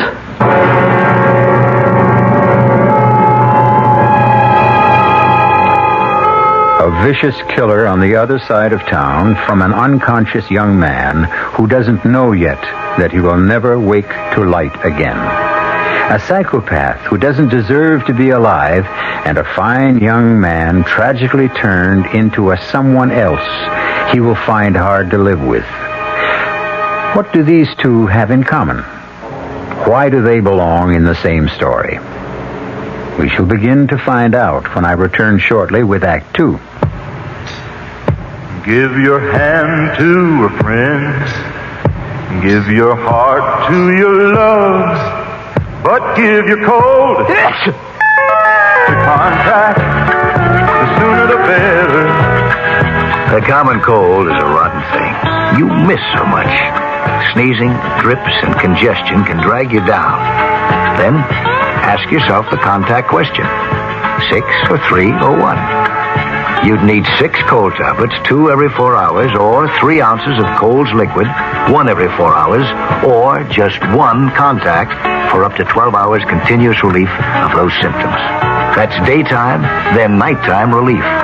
Both the others have things for aches and fever, and the liquid, something for coughs. Not found in Contact 600 Tiny Time pills. Give your cold to contact. 6 or 3 or 1. Take Contact. Only as directed. Hey, Mom, what's for dinner? Hey, Mom, what you got? Here's this week's dinner winners from your ShopRite supermarket. Fresh American whole leg of lamb, just 97 cents a pound. Shoulder lamb chops, $1.27 a pound. First cut beef chuck steaks, 59 cents a pound. Semi-boneless beef chuck roast, 99 cents a pound. Fresh pork spare ribs, 89 cents a pound. Fresh honeydew melons, just 69 cents each.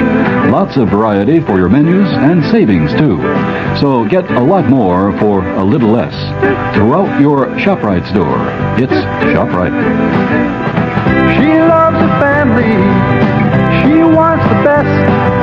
She does all that she can do. She lets ShopRite do the rest. Hey, Ma, what's for dinner? ShopRite has the answer. This is WOR New York, an RKO General Station.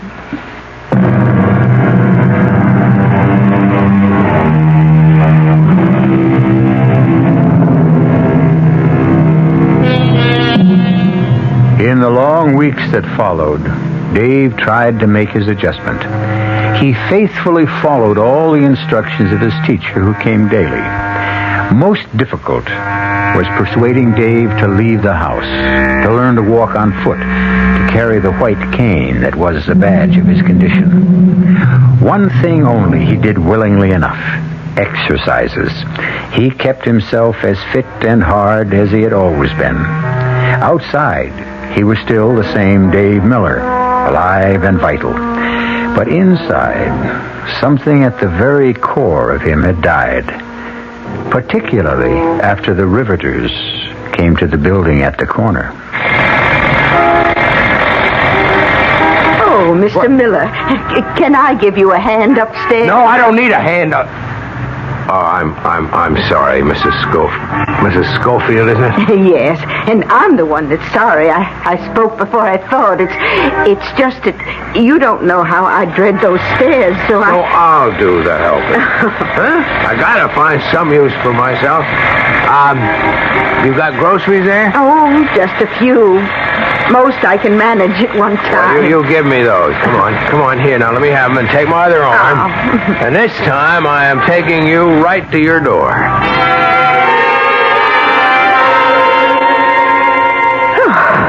Oh, my.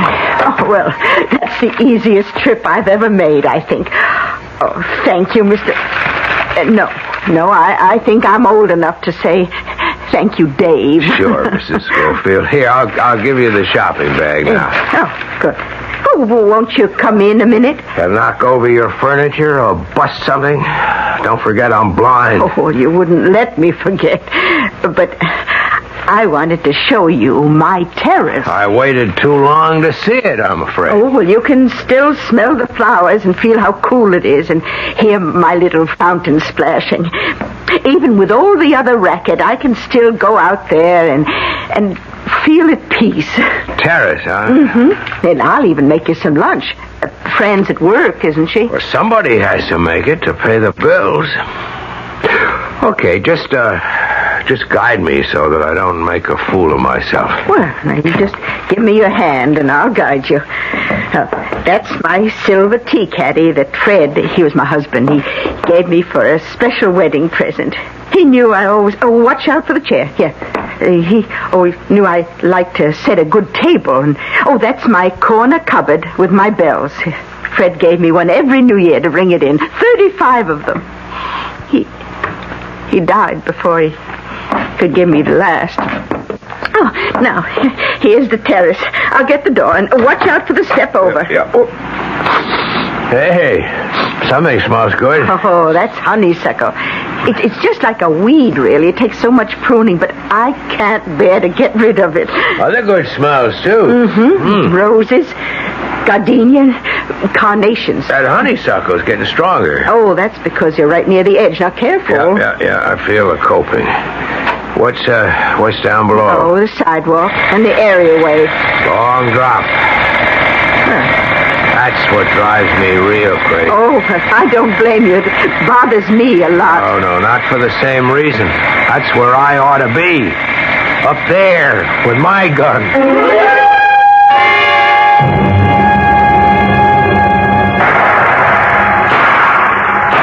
Watch it, Juan. He's got a gun. We know that. Did you hit him? I never even saw him. He went over the fire escape so fast. Let's get after him. It's too late. He was 4 or 5 rooftops away, and between 2 of them's a jump neither you nor I could make. It was top dog, wasn't it? By all the signs. Another top-floor apartment, another corpse.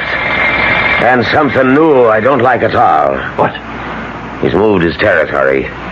He's in our precinct now.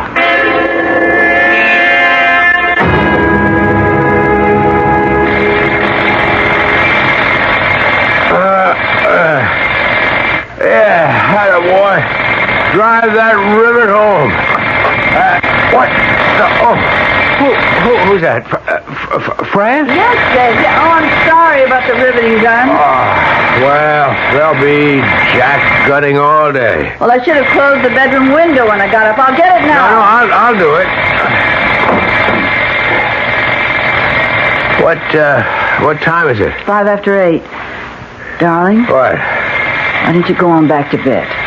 No, I couldn't sleep now. You must be so tired. Why should I be tired? Because you were up half the night again. You were prowling about in the... So say it. In the dark. What else is there? I got things on my mind. Oh! Oh, what are you looking for, darling? My slippers. Well, I'll get them for you. I can get them for myself. Will you stop treating me like a baby? Never mind, I got them. Dave, don't find it so hard to ask me for things. I'm your wife. I want to be everything to you. I've always tried to be. Is it so hard to let me be? Dave, can't I be your eyes? I'd give them to you if I could. Oh, honey, come here. I'm sorry. Just try to bear with the bear, huh? That's not much of a joke. I think it is. To hear you cracking one again. Second best thing you could do for me. What's the first? Well, as long as you are up, couldn't you kiss me good morning? Oh, darling, forgive me. I love you. Good morning. Good morning. I love you. Sit down, honey. Oh, Dave, I haven't time. And it's payday today. I'll be home real early. Okay. Can't do anything to interfere with the old take-home. Somebody's got to keep a roof over our heads. Honey, listen. Don't get down in the dumps again. What is the point? I feel so useless. I gotta do something. I gotta find something to keep me busy instead of hanging around in the apartment all day, twiddling my thumbs and going nuts. Well, you ought to be taking your walk, getting some air. Sure. I tried that yesterday. Bumping into everyone, bumping into everything, having little kids help me across the street. I tell you, when I went up with Mrs. Schofield, I was ready to take a dive off her terrace. Oh, listen, now, I can't leave you like this, Dave. Why don't you listen to the teacher and you get a dog? No. How many times are we going to have to go around that again?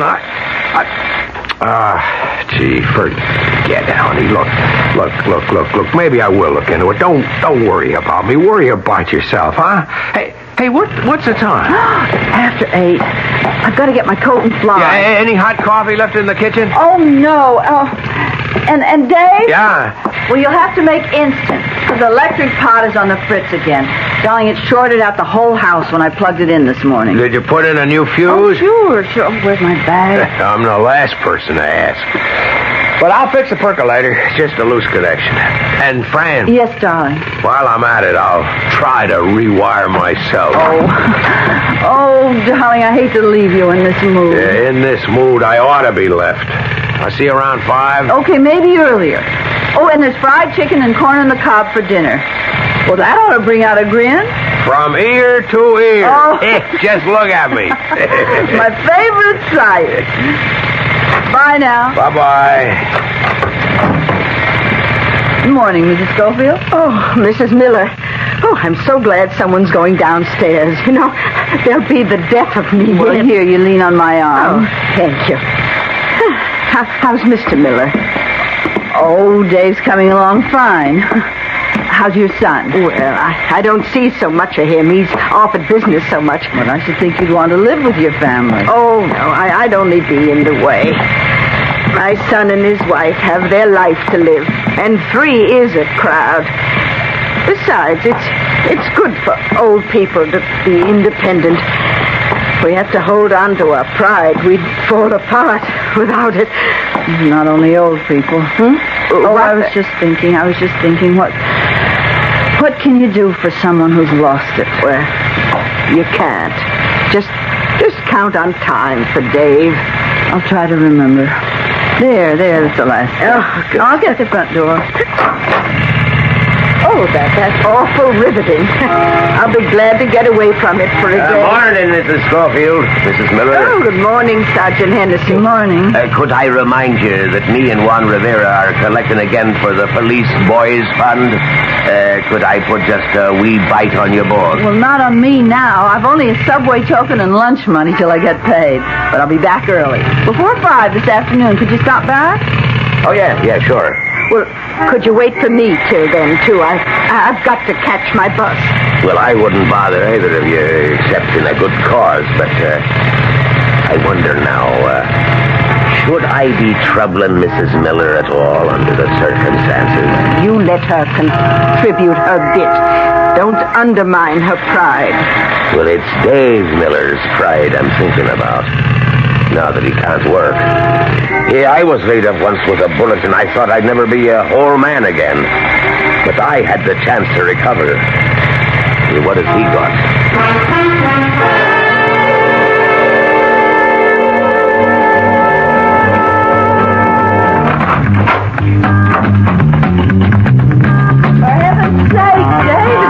In here. What did you say, Fran?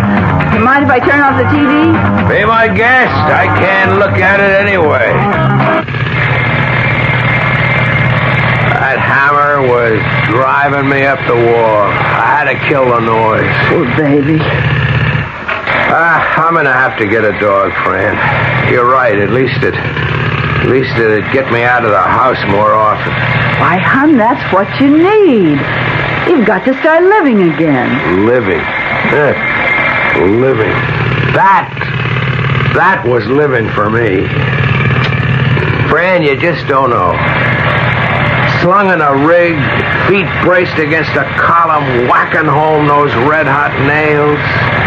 Or straddling a crossbeam as a bucket man and picking those sizzling babies out of the air and lobbing them up to the gun hog and his funnel, or passing them on with the tongs. I tell you, a guy felt like a king.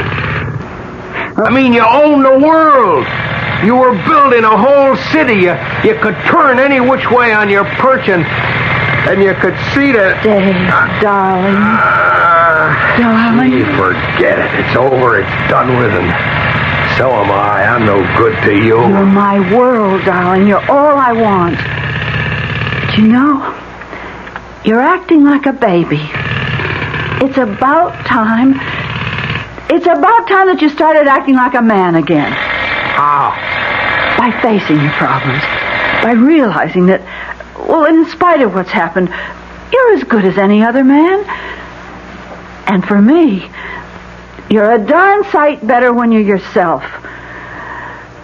I'm going out and make a cup of coffee. You can't. I used up all the instant.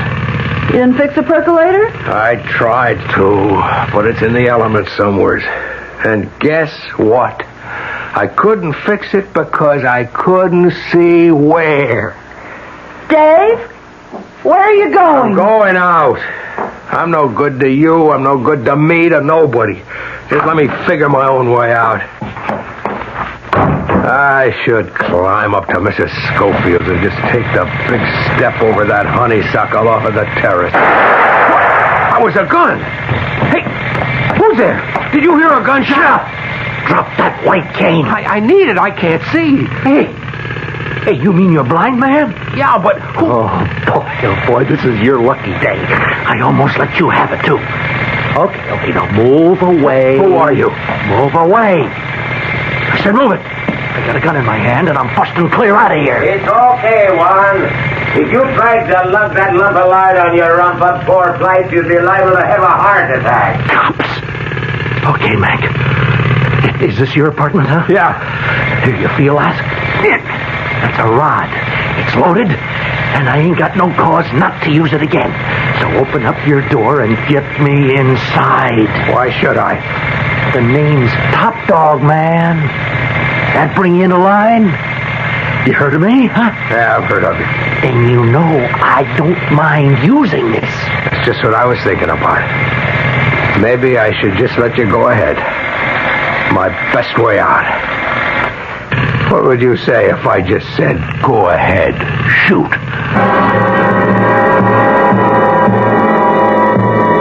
It's taken a while, but these uneven antagonists have met. By sheer chance. Now the smell of fear hangs heavy in the air. The desperate criminal about to be caught red-handed. The hopeless young man who thinks he has so little left to live for. A moment of desperate decision for both, which we will return to shortly with Act 3. Ever see a beer drinker pour his beer real easy down the side of the glass? Maybe you do it yourself. If so, the Budweiser brewmaster thinks you're missing something, especially if you're a Budweiser drinker. You see, Bud is brewed, so it will kick up a healthy head of foam. Exclusive beechwood aging and natural carbonation make it a lively brew. Well, anyway, pouring Bud plunk down the middle of the glass helps bring out the best in that clean white Budweiser foam and real beer aroma. It also helps you get the full benefit of a taste, smoothness, and drinkability you'll find in no other beer at any price. Remember, brewing beer right does make a difference. Next time, pour that Budweiser right down the middle and see for yourself. Anheuser-Busch, St. Louis.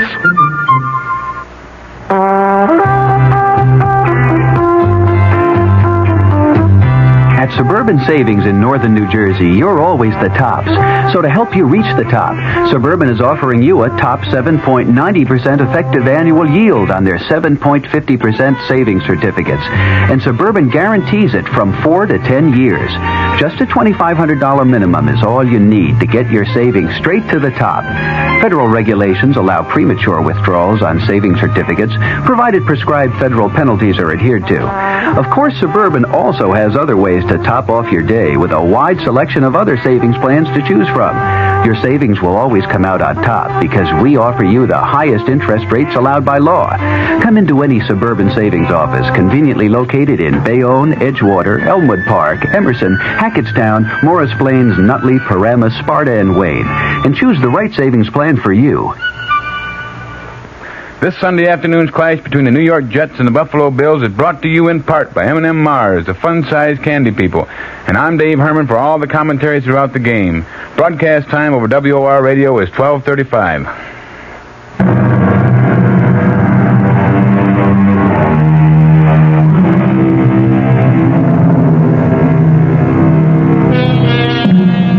On the fourth floor landing, Top Dog looks in awe at the first person he has ever met who shows no fear of the lethal weapon that has killed without mercy so often. From below, approaching gradually, is the measured tread of the sergeant of police as he toils up the stairs towards them. Above is the woman Top Dog has just murdered, and he knows there is no rooftop escape from this house. You open that door, man, or you die. Suppose that's just what I want. Someone to do for me what I haven't got the guts to do myself. Oh, that's just where you get it if you don't open that. Dave! Shh. Okay, lady. Okay, that's it.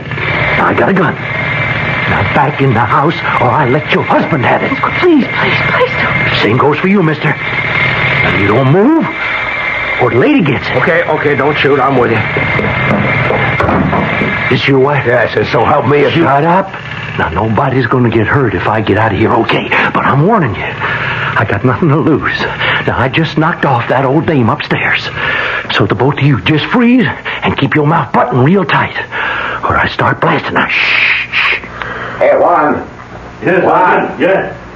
I was just looking out the second floor hall window. There's an old heap parked on the other side of the street. Yeah, I see. Check that plate, will you? Looks like a stolen car to me. Lousy copper. What's he want? Maybe he heard the shot. Oh, come on, over that rivet gun? Hey, what's that lousy cop want here anyways, huh? Every cop in this city is looking for you, Top Dog. Dave, don't bait him. That's okay, lady. I know it. I am number one. Sure, something to be really proud of. Did you really shoot Mrs. Schofield? She caught me going through her apartment. To shoot an old woman in cold blood? Well, she seen me, didn't she? No. Listen, baby, I'm a 3-time loser. Now, I got nothing to lose. But that poor little thing... Gosh, she could have pulled me out of the file. She seen me. And anybody sees me on the job gets it. Anybody catches me on a job gets it. Hey, that's where you get a break, man. Now, ain't you glad you're blind, huh? You couldn't give him a make on me. Hey, lady, you blind like your husband? No, Yes, we're both blind. So, you seen me too, lady, huh? Well, that's kind of too bad now, ain't it? Hold it down, everyone. Who's that? I guess it's the sergeant. What's he want here? Mrs. Schofield and I promised him a contribution for the Police Boys League this afternoon. Well, maybe he'll figure you ain't home, huh? No, he knows I'm here. I just said hello to him at the corner. You see? So pay him off. You're hurting me. Now, look, you just cool it, man. Now, look, Jake, you got one other job to do. Now, you keep that cop from going upstairs, and no funny business. If you do anything to my wife... button it up, helpless. You're the first to get it if anything goes wrong. Now, you get it, lady? Yes. Then go on. Oh, afternoon, Mrs. Miller. I knocked and got no answer. But I rang the bell because, well, I'm sorry, but I knew you were home. Yes, I went to get my bag. Something wrong? No. I'm just still a little out of breath after the stairs. Yeah, I know what you mean. I took my own sweet time on them. It's one tough climb. Here's the money. Oh, thank you. And now I'll just make out the receipt. Oh, that won't be necessary. Oh, it won't take a moment. We're supposed to, you know. If I could just step in a minute, I'd like to say hi to Dave. Oh, you can't. Are you all right? You're acting kind of funny for you. It's just Dave. He's not feeling so well, but he's lying down, and he has his bad day. Oh, yes, I understand. Poor guy. Lousy thing to happen. I'll just scribble this against the wall. Well, just one more flight to go, and I've done my bit for the PBL. If I can make it. Mrs. Schofield? Yep. I don't believe she's home yet. Why, sure she is. I saw her in the corner grocery not 10 minutes ago, and she was on her way back then. Here's your receipt. I'll be seeing you. Why didn't you stop him? How could I? Before he finds out what you've done, now is your chance to make your break. No, you keep your distance, helpless. I don't trust you. What harm can I do you if you get away? I don't know what you look like. Your wife here does. Let me think. If I close the old lady's door, maybe he'll think she went out again when she doesn't answer. Did I close the door? I don't remember. Or were her keys still in the lock? Come here, Fran. You better make it quick if you're getting out of here. And don't try any shooting. You can't hit Fran with her behind me. You lousy... Juan, are you down there? You bet. And then where's the stolen car? Never mind that. You get out to our car and put in the 1020. Hey, you got a DOA? It looks like a homicide. And Juan? Yes, Sergeant. Cover the front door. Nobody goes in or out. There's a chance whoever did it is still in the building. And what's your step, Dave? This one looks like your boy Top Dog. Santa Maria. Just get on the horn, will you, and get us some help. Here's it. Dave, look out! Dave! Don't scream, Mrs. Miller. One peep, and it won't be a little pistol whipping for your hubby. I'll lay his brains open. Okay, helpless. You can hear me, right? Yes. Well, then on your feet and in the bedroom. Hey, wait a minute. No fire escape. Fine, let's go. What about my wife? Oh, she stays with me. I need her. Now, listen, to both of you. This is a .38 I got in my hand. Now, I don't want to use it. Now, when that cop come around to check up, there ain't a sound from either one of you. Now, if he does come in, I'm in the closet. But, and I want you should listen close, Mrs. Miller. I can still blow that hole through your husband and the cop, and then you, if you don't follow orders. There he is now. Now it's up to you, Mrs. Miller. Get in there, helpless. On your face in the bed. Mrs. Miller? I ain't closing the bedroom door. Mrs. Miller? Now I can watch every move you make. Go ahead, Mrs. Miller. If anything goes wrong, I might even shoot you first. I understand. Oh, well, I'm sorry to bother you again, Mrs. Miller. What's the matter, Sergeant Henderson? No, are you all right? Why, has something happened? I was in the kitchen, and I thought I heard shouting. That was me and Patrolman Rivera. Now, I don't want to upset you, but there's been an accident upstairs. Mrs. Schofield, is she... She's dead. She was killed by a gunshot and robbed. Probably by a professional who goes by the name of Top Dog. He's a vicious, psychopathic killer, and there may be a possibility he's still in the building. If only we knew exactly when the shot was fired, we'd have a better idea. Maybe I'd better ask Mr. Miller. Oh, he couldn't have heard anything.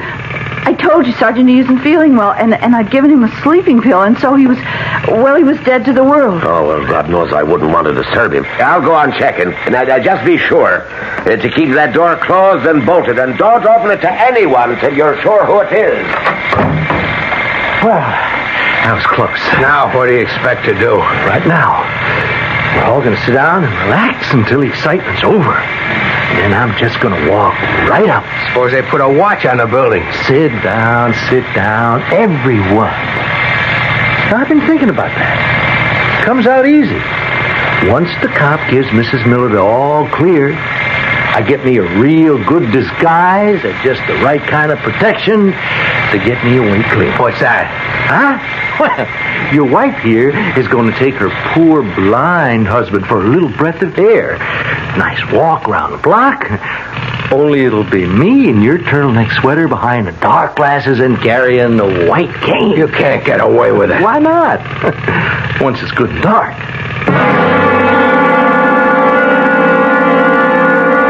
You know, lousy cops still hanging around. It's almost dark. Hey, you. Hey, baby. Yes? Turn on the light so I can see. Okay. Now, pull the shades. And you can shove them shutters closed as well. Come on. Hey. I bet it's dark as the bottom of a well in here without lights, huh? Hey, how come a blind guy wants it so dark, huh? Mike wasn't always blind. In fact, he used to be so sensitive to light. Okay, spare the sob story now. Get me some more lights on while we're waiting for the coppers to take off, huh? Yes. Oh, now, wouldn't you just like to have your hands at my throat?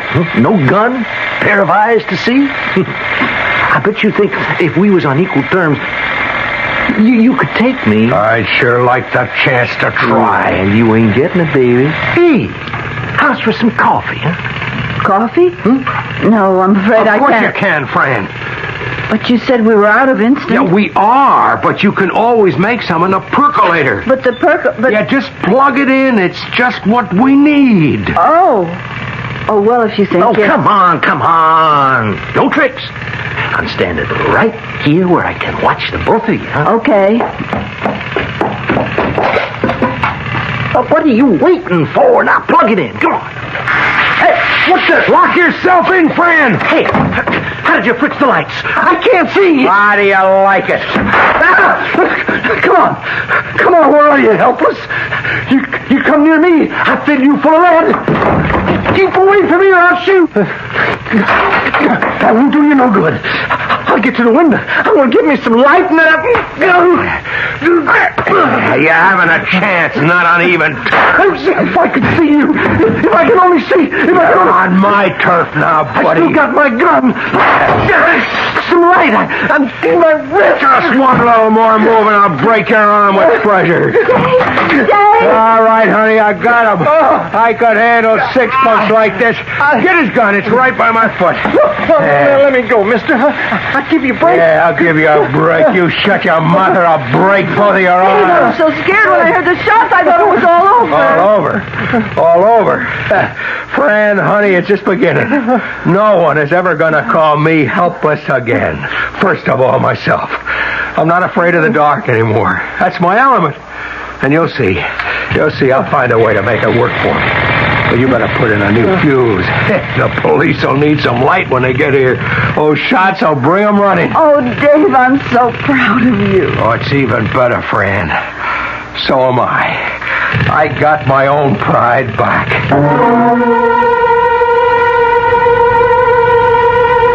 There are none of us without handicaps to overcome. And in the battle against them, pride is a good and just weapon.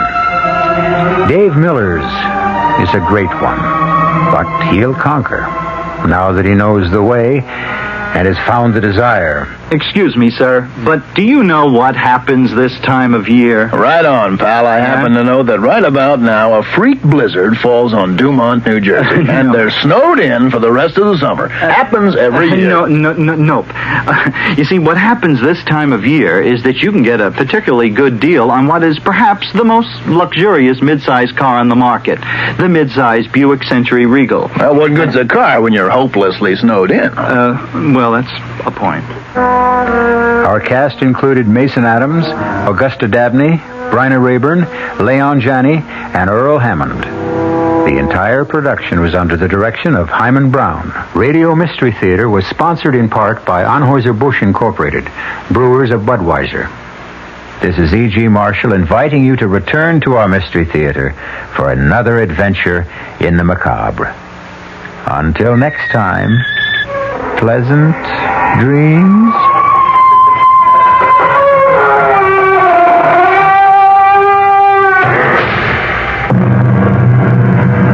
Tonight's WOR Mystery Theater was also brought to you in part by ShopRite Supermarkets, where you get a lot more for a little less. By Suburban Savings with offices throughout New Jersey. And by Dubonnet, a wine to go before your meal, made to make what comes after better.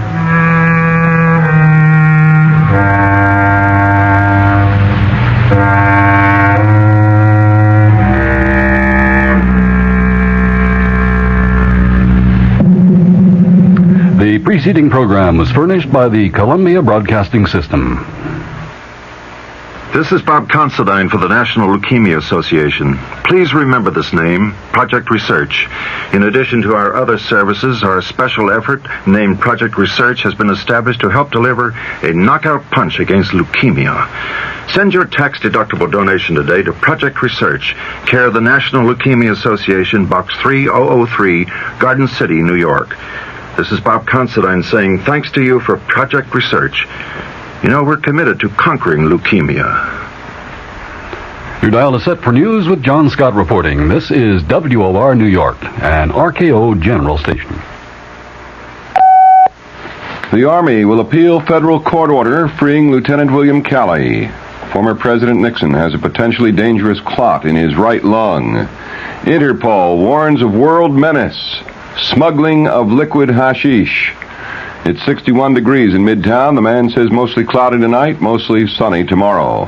This is John Scott with the 8 o'clock edition of the news, featuring the Financial Review. The Army announced tonight it will move to appeal a federal judge's decision overturning the murder conviction of former Army Lieutenant William Calley in the My Lai massacre case. The Army issued a statement saying it will recommend to the Justice Department the decision of U.S. District Judge J. Robert Elliott be appealed, that the Justice Department move for a stay of Elliott's order.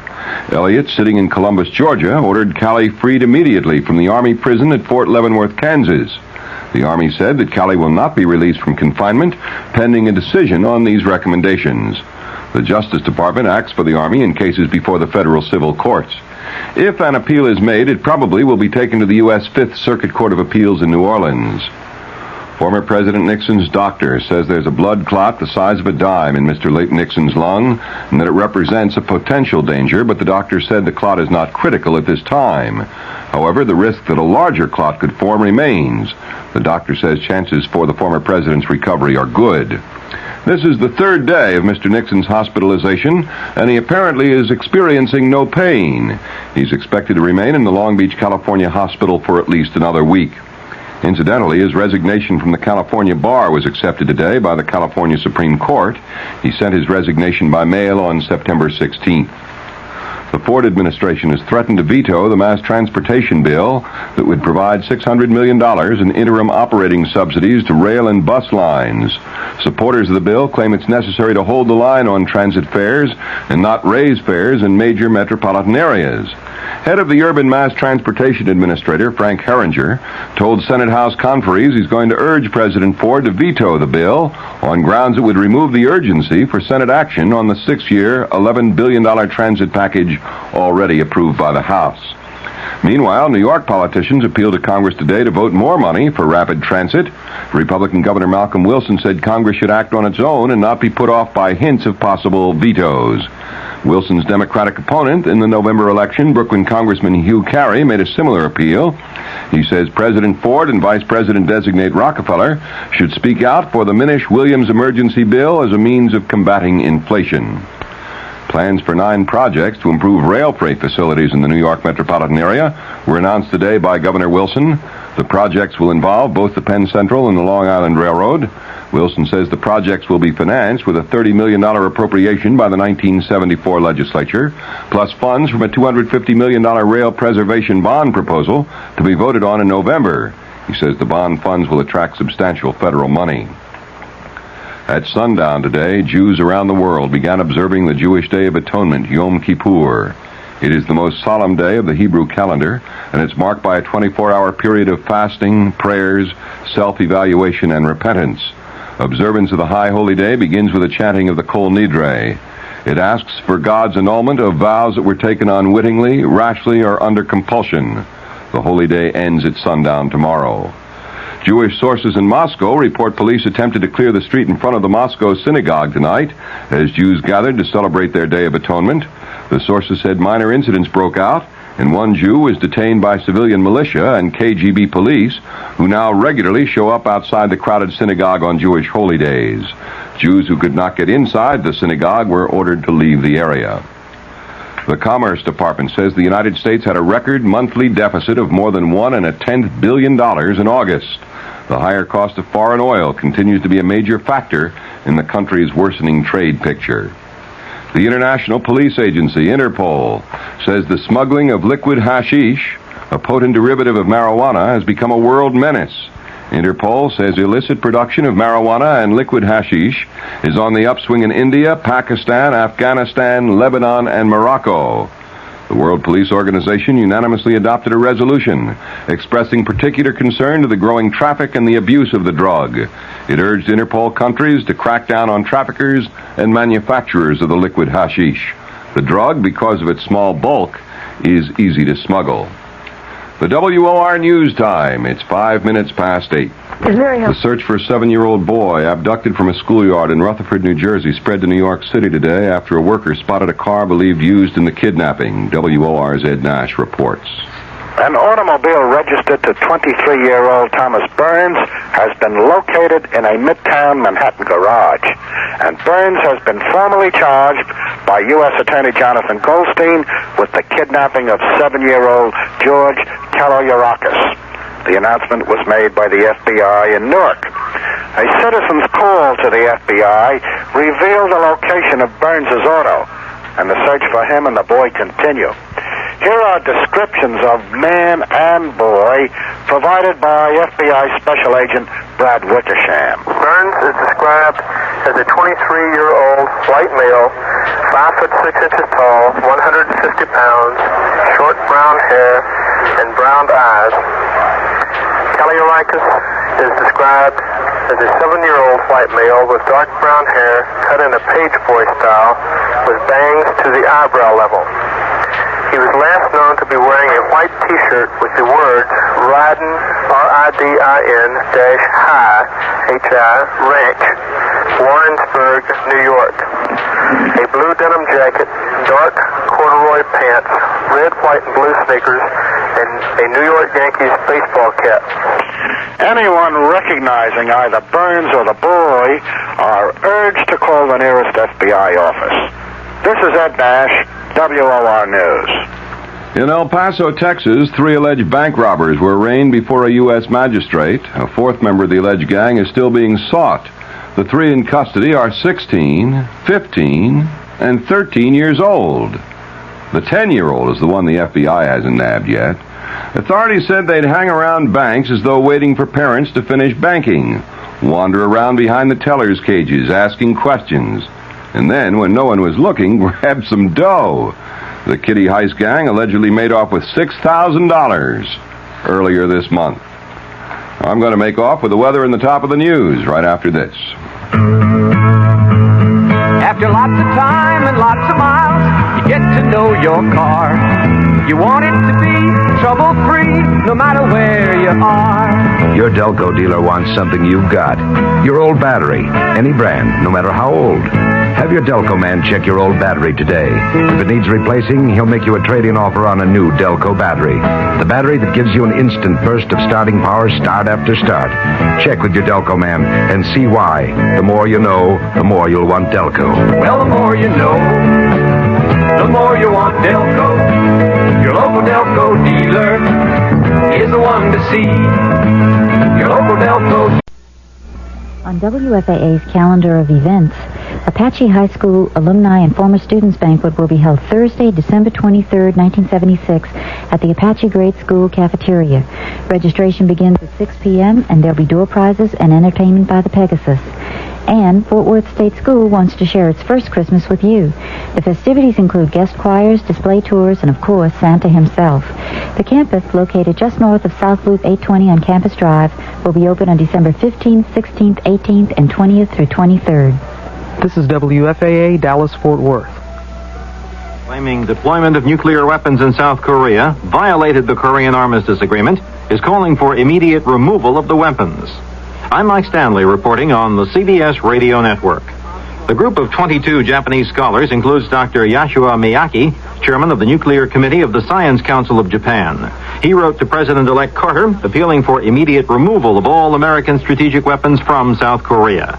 A similar appeal was sent to UN Secretary General Kurt Waldheim. The group says in the letters that the United States has deployed in South Korea some 700 nuclear warheads with a combined explosive power 1,000 times greater than the atomic bomb dropped on Hiroshima in 1945.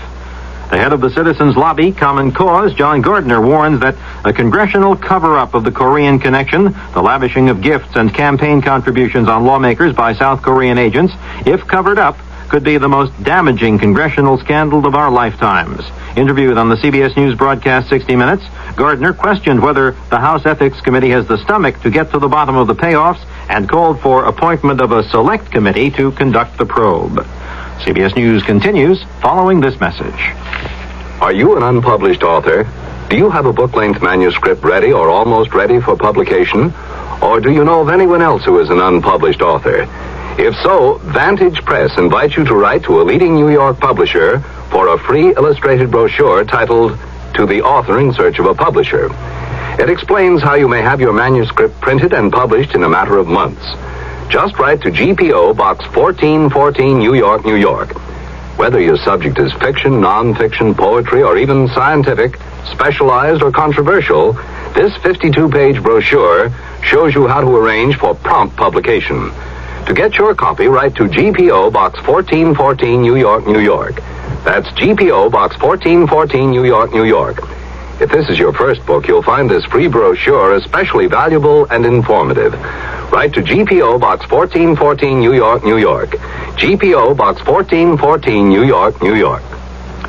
There's not much oil coming out of that grounded tanker off Nantucket, Massachusetts anymore, but Coast Guard officials now say the contamination problem is bigger than earlier believed. It's estimated 1.5 million gallons of heavy industrial oil has seeped from a crack in the hull, and huge gobs of it, some 1,000 feet square, are drifting toward the rich Georges Bank fishing area. Coast Guard Captain Lynn Hine said guardsmen airlifted to the ship Sunday determined how much of the Argo Merchant's 7.5 million gallon cargo had leaked out. The best estimates we have, which is still an estimate, of course, is about 20% of the product gone. And this is on the, basically on the tanks that we were pretty sure that had been broached. Coast Guardsmen Sunday deployed one bow anchor and will return to the ship Monday to continue preparations for pumping its cargo into barges. It could be 48 hours before the actual pumping operation gets underway.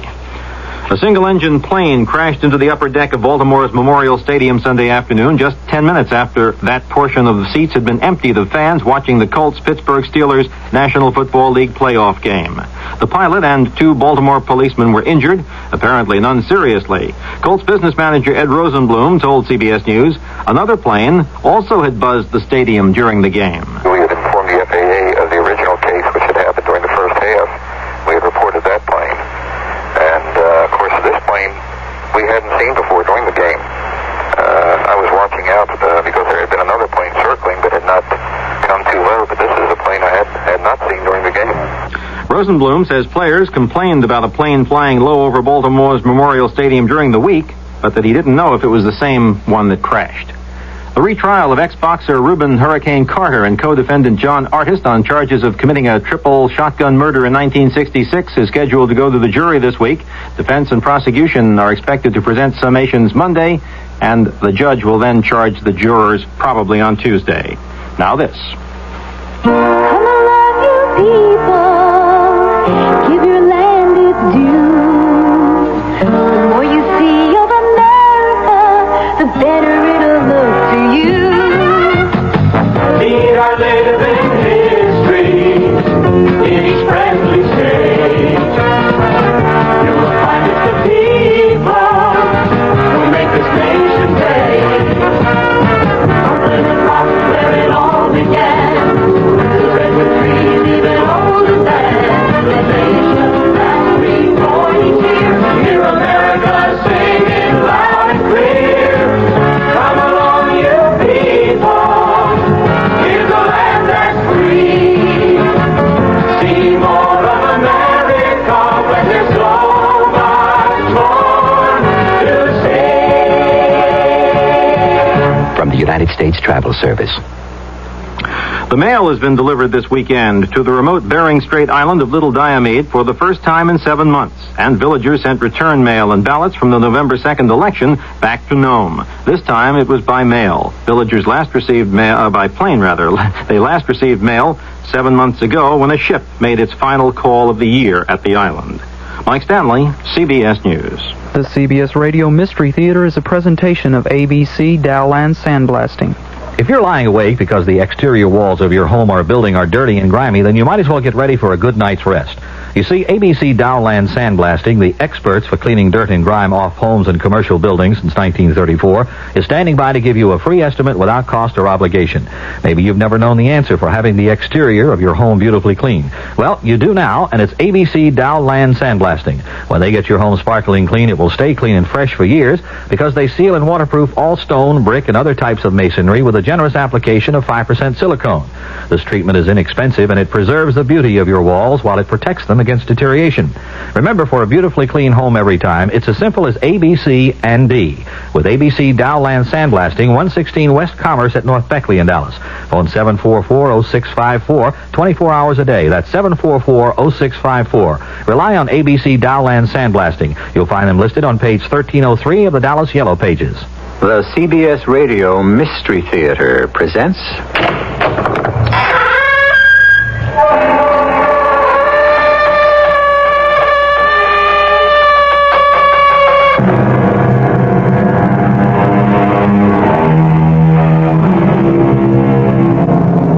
Come in.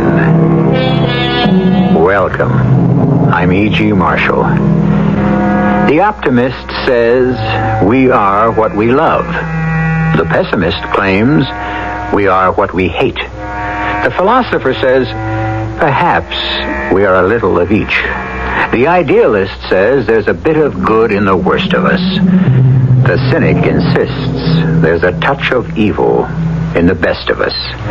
All of which is just another way of saying that there are two sides to every story, especially the one you're about to hear. You're laughing at me. Oh, no. No one must ever laugh at me, do you understand? Oh, yes, sure. I won't tolerate it. And you're still doing it. No, I'm not. Look in the mirror.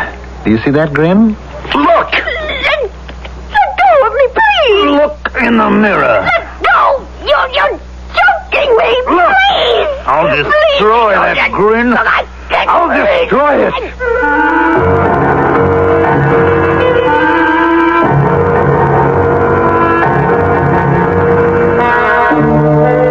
Our mystery drama, Don't Play with Matches, was written especially for the Mystery Theater by Sam Dan and stars Mandel Kramer. It is sponsored in part by Buick Motor Division. I'll be back shortly with Act One. The standard engine is a V8. Standard tires, steel-belted radials. There are front and rear stabilizer bars, special springs and shock valving, fast ratio power steering, and a rally steering wheel. What makes all this interesting is that it belongs to a full-size, six-passenger Buick, the 1977 LeSabre Sport Coupe. You'll have to drive it to believe it.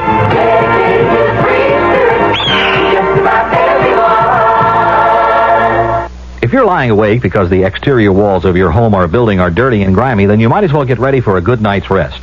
You see, ABC Dowland Sandblasting, the experts for cleaning dirt and grime off homes and commercial buildings since 1934, is standing by to give you a free estimate without cost or obligation. Maybe you've never known the answer for having the exterior of your home beautifully clean. Well, you do now, and it's ABC Dowland Sandblasting. When they get your home sparkling clean, it will stay clean and fresh for years because they seal and waterproof all stone, brick, and other types of masonry with a generous application of 5% silicone. This treatment is inexpensive, and it preserves the beauty of your walls while it protects them against deterioration. Remember, for a beautifully clean home every time, it's as simple as ABC and D. With ABC Dowland Sandblasting, 116 West Commerce at North Beckley in Dallas. Phone 744-0654, 24 hours a day. That's 744-0654. Rely on ABC Dowland Sandblasting. You'll find them listed on page 1303 of the Dallas Yellow Pages.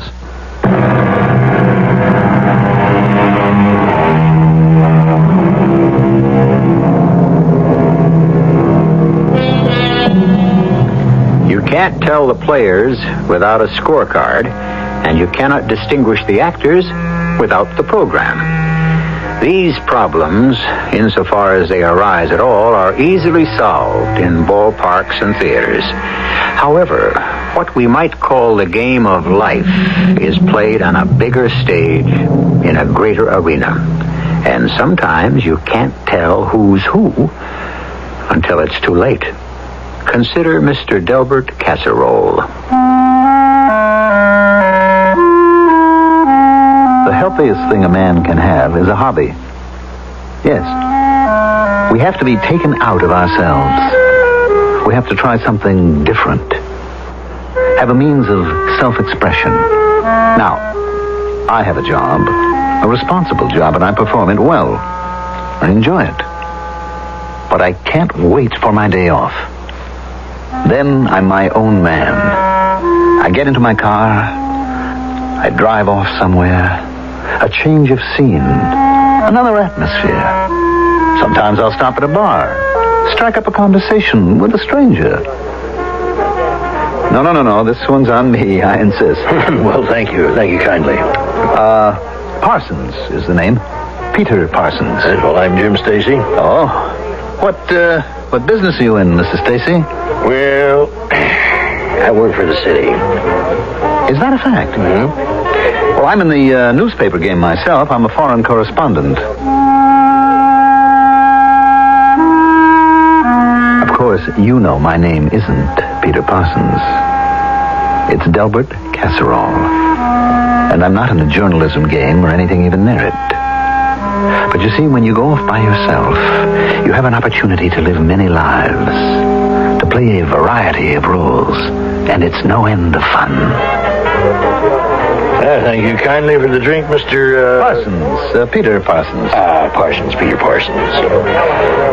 But I have to leave. I promised this friend of mine I'd... what did you say that your name was again? Stacy. Right. Oh, bartender? The same way. Now, just relax, Mr. Stacy. I've interviewed the crowned heads of Europe. Of course, there aren't as many as there used to be. Nor of generals and statesmen and wheeler-dealers of all makes and sizes. Well, I promised I'd... But they all had one thing in common, these great men. They all knew how to relax. Thank you, bartender. Now, Mr. Stacy, there you go. Relax and drink up. Well, this has got to be the last one. Savor it, my friend. Savor it. Relish. Enjoy. Do you know what you're doing, Mr. Stacy? You are doing something for you. You understand that? No. Something for you. Now, almost all of your time and effort is devoted to the well-being of other people. All right? Your wife, children, and then you labor for the banker, the butcher, the grocer, the oil companies. The list is endless. Now, you follow this? Well, when you drink, when you eat, these are actions that are performed for you and for you alone. This is what you do for yourself, Mr. Stacy. Yes, well, thank you, Mr. Parsons. Peter Parsons. Yes, but I really must be running. Good night.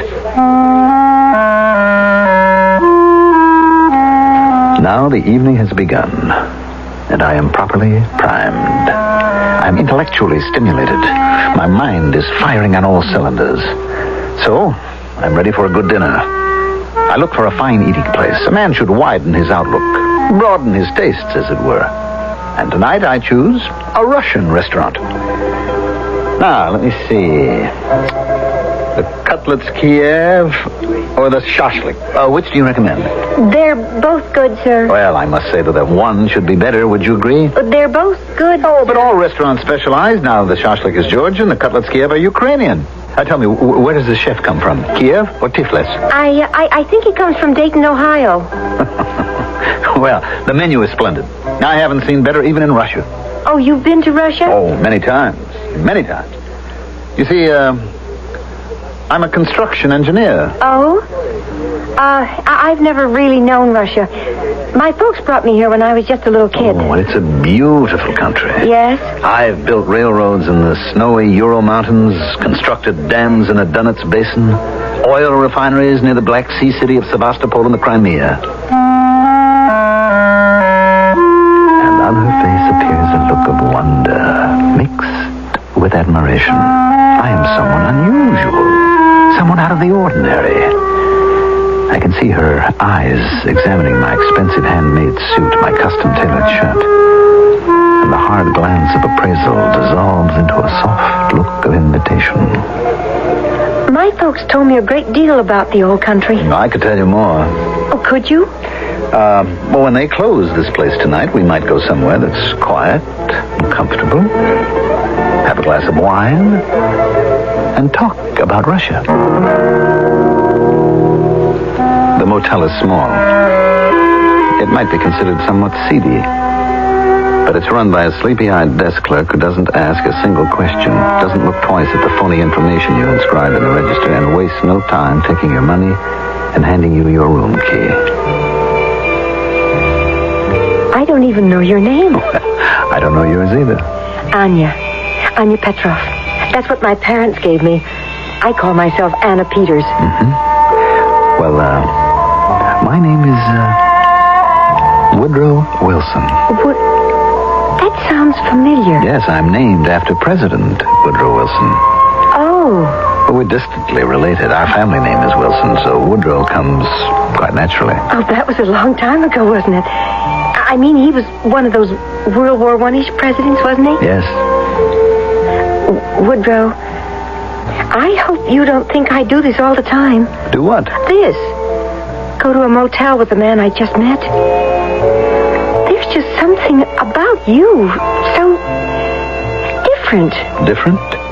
How? I don't know. I just feel you're an unusual person. That even what you're doing now is something serious and important to you. It is, isn't it? Yes. I'm very serious. Oh, and I'm very lonesome. I don't see why. No, it's more than lonesome. I'm lonely. Do you know what it is to be lonely? I don't see why you should be lonely. You're a very beautiful woman. Oh, yes. Yeah, there are plenty of men who'd want to be with me.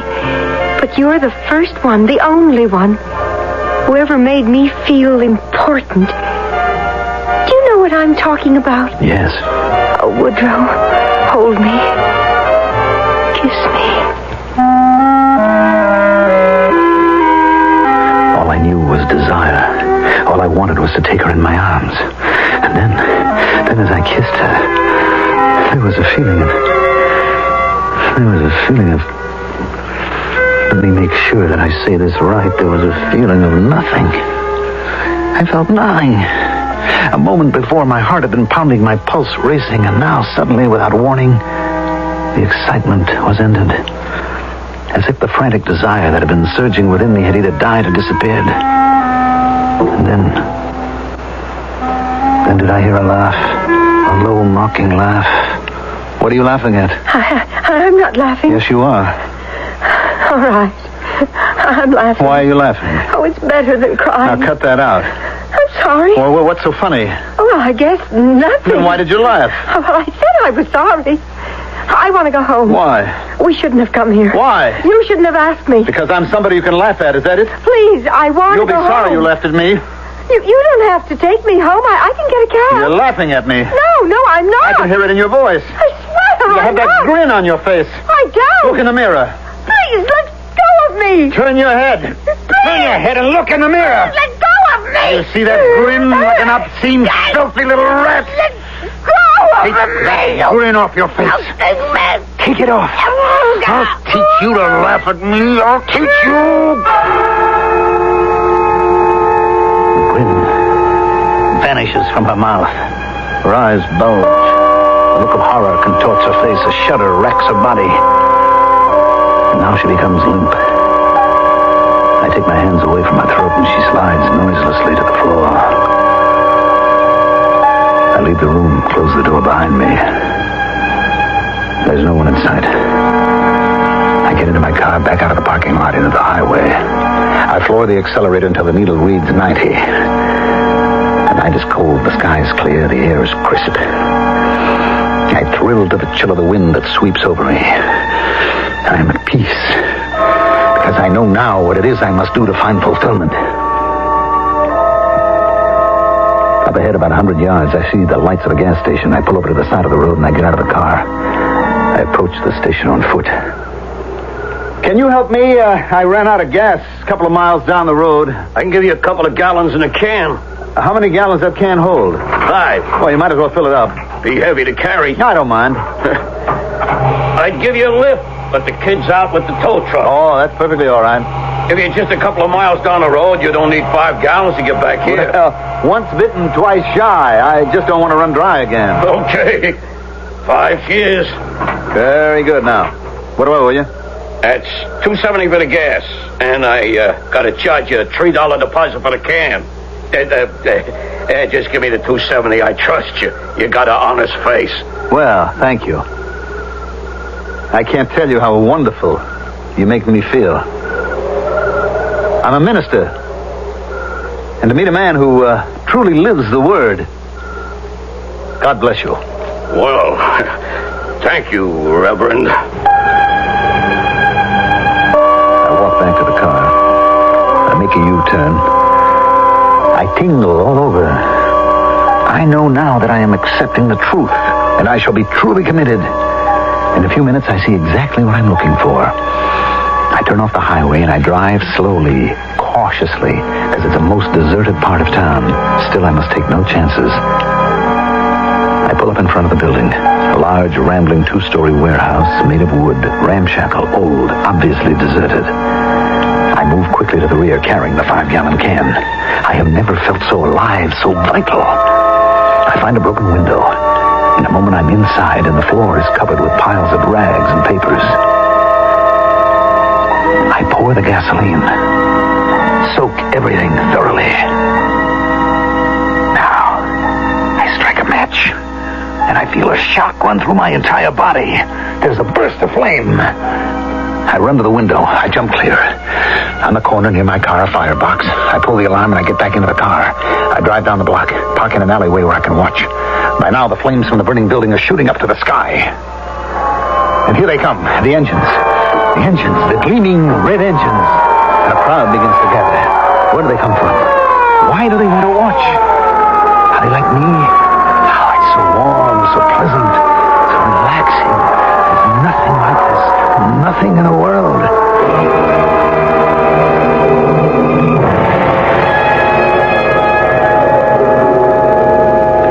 I thought I'd wait up for you last night, Dell, and I fell asleep.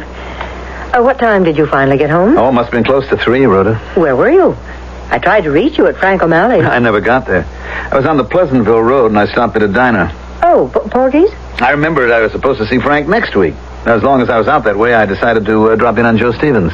Well, that's 40 miles further up the road. Oh, I just thought I'd surprise him, but there was no one home. Oh, that whole drive for nothing. And then on the way back, I had a flat.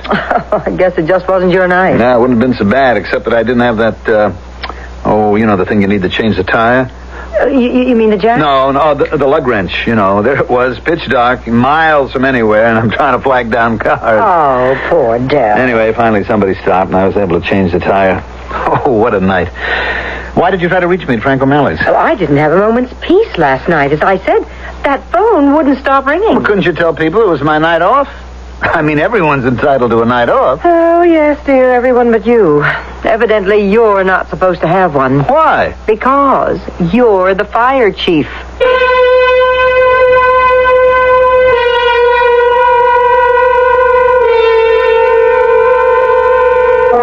Oh, is that what he does for a living? Well, you must admit he has the strangest hobby for a man in his position. Yes, and you must also admit you meet a most colorful crop of strange characters here. But this is only the first act. Give our characters a chance to ripen in Act 2, which I shall bring you in just a few moments. Do you realize you're slowly becoming part of the fastest growing minority in this country? What? Would you mind standing up for a minute? Hey, where are you going with my rocker? Are you willing to take old age sitting down? Sitting? You are going to be old someday, and you're going to have to face the same problems older people face today. What is this, some kind of joke? If you think it's funny now, wait a few years. I don't understand. The older you get, the fewer opportunities you'll have. You might even be deprived of your ability to make your own decisions. What can I do about it? Change your attitudes about aging. Try and imagine what you'll want to do, what you'll want to contribute. All right, but you didn't have to take my rocking chair to prove your point, did you? You have to get off your rocker and stand up.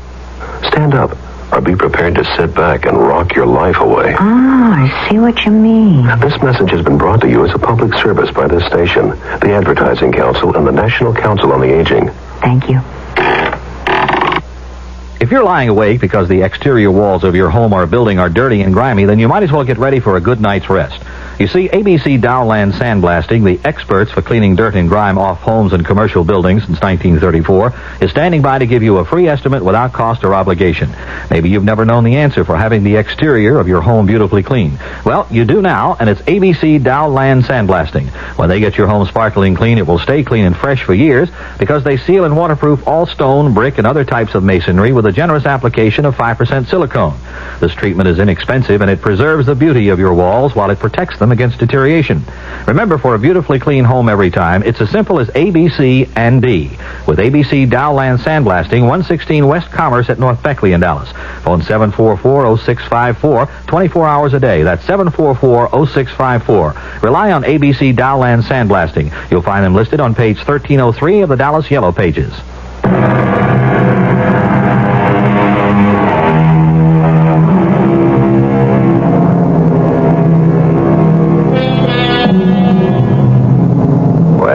Obviously, what we're concerned with here is what might be called the double life of Delbert Casserole.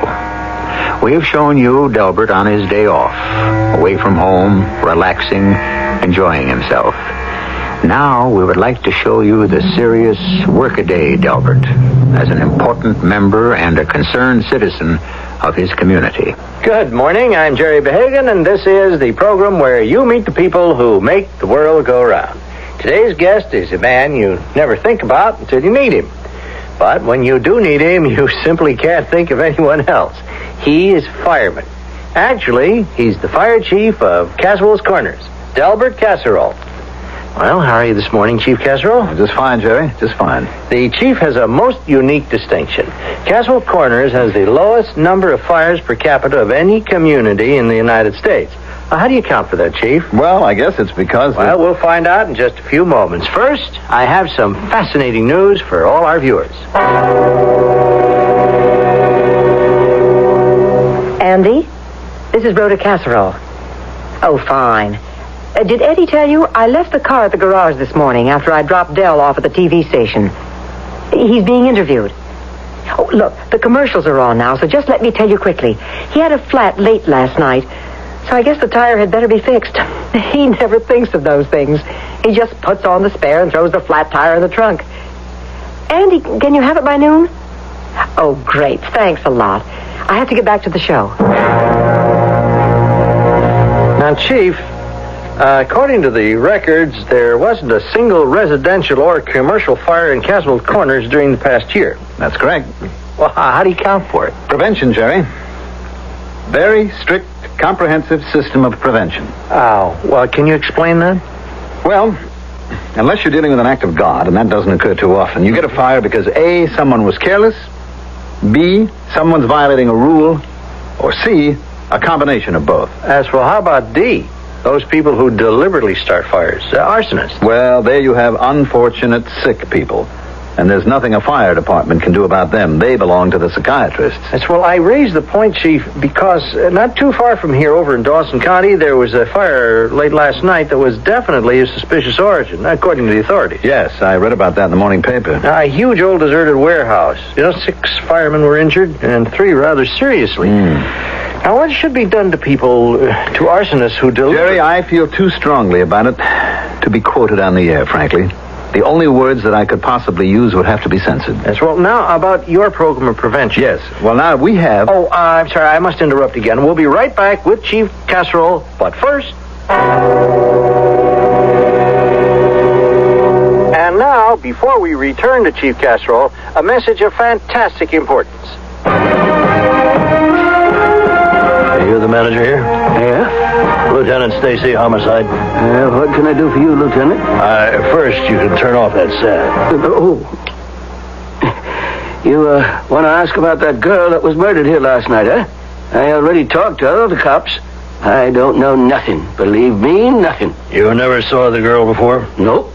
And when I tell you I don't know nothing, it ain't because I don't happen to know nothing. With me, it's deliberate. The man who was with her. I'm in the kind of business where if you don't know nothing, you're better off. The man? I never seen him for either. He signs the register, John Smith. Did he show any identification? He paid cash. He didn't have to. Well, can you describe him? Tall, thin, kind of whitish blonde hair. Mm-hmm. Dressed? Blue sport jacket, gray pants. Mm-hmm. Now, wait a minute. He looks familiar. Well, if you never saw him before, why should he look familiar? Why should he look familiar? Let me think. You were about to tell us there are practically no fires in Castle Corners, Chief. Well, we have a program of rigid inspection, Jerry, for all commercial and industrial buildings. Yes? And a very comprehensive safety program in the schools. I see. Prevention, Jerry, that's the key word. Well, this may be a silly question, but doesn't it get boring? I mean, here are all you firemen sitting around the firehouse, and you never get to go to a fire.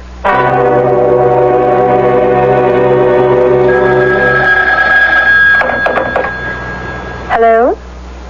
Yes, this is Mrs. Casserole. Oh, Andy. Yes? What's that? What do you mean, which tire do I want you to fix? The one that has the flat in it. But that's impossible. Delbert said he had a flat... Oh. Well, well, maybe I made a mistake. I'll be by to pick up the car.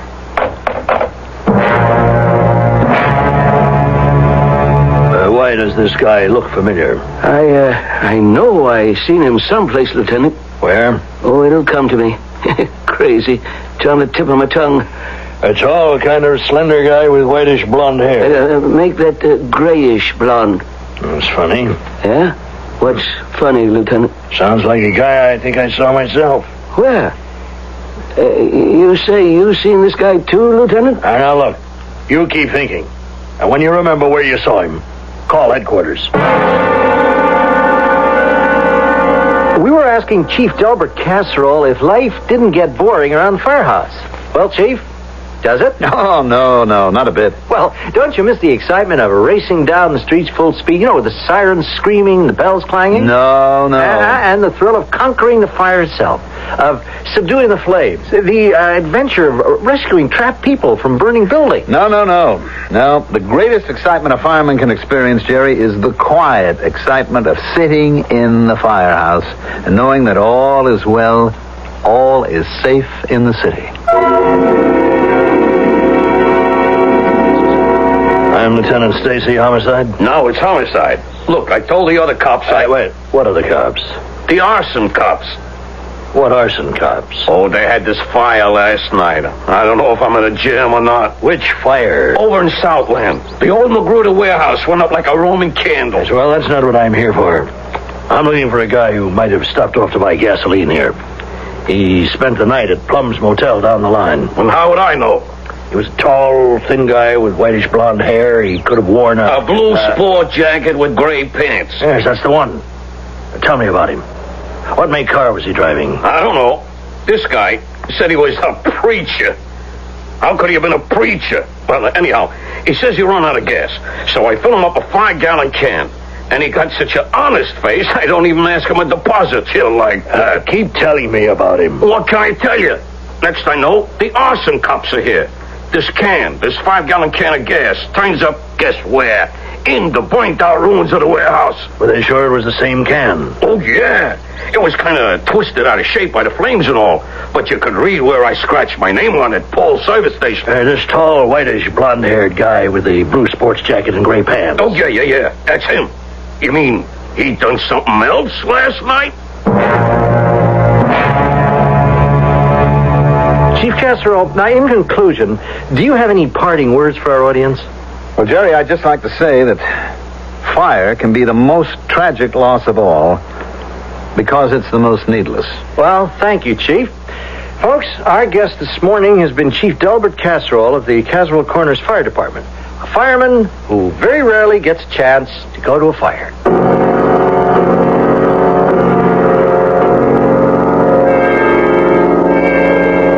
Rhoda, I'm home. Yes. Did you catch the show? Yes. How'd I do? Well, people kept calling me office all day. You know what they said? They said I looked sensational. What'd you think? Well, what did I think? About what? Oh, what about the show? How did I come over? Oh, very nice. Very nice? Is that all? I mean, people kept calling all day. They said I was a born TV personality. Hey, let me get that. Hello? Oh, Frank, yeah. You saw it, huh? Sure. Oh, thanks a lot. Thanks, Frank. That was Mayor Frank Altenborn himself. Said the show was absolutely the greatest. How come you thought it was just nice? Well, it was all right. Well, what was wrong? What do you mean wrong? I mean, why didn't you like it? Well, I didn't say I didn't like it. I wrote it, something's bothering you. Now, what is it? Oh, I don't know. Now, something's bothering you. Look, Rhoda, we've always been absolutely honest with each other, haven't we? Have we? What are you saying? Delbert, at first I didn't know if I should bring this up. Then I knew if I didn't, it would just fester and grow bigger and uglier. What are you driving at? Let me finish. It's hard enough. And now that I've decided to do it, I don't know how to put it. Will you get to the point, for crying out loud? I'm not sure what the point is. Del, we decided when we got married that each of us would have a night alone. Well? Friday. Well, I never really go anywhere Friday. I sit home and read, or I relax. I might watch TV. Rhoda, where is all this headed? Where do you go, Delbert? I know we're supposed to respect each other's privacy, but where do you go? Where, for instance, did you go last night? Last night? Why did you say you came home late because you had a flat tire? Why? You said you had to wait hours to flag down a motorist to borrow a lug wrench. But we have one in the trunk. I looked. Oh, well, I might have kept this guy's by mistake. No, it's ours. Anyway, you didn't have a flat tire. Andy at the garage told me all the tires were okay. The same spare he sold us was in the well. Del, look at me. Where do you go on Friday nights? Where do I go? Where were you last night? I don't know. And what did you do last night? I don't know. Tell me, Del, tell me. I don't know, Rhoda. I swear to you, I don't know.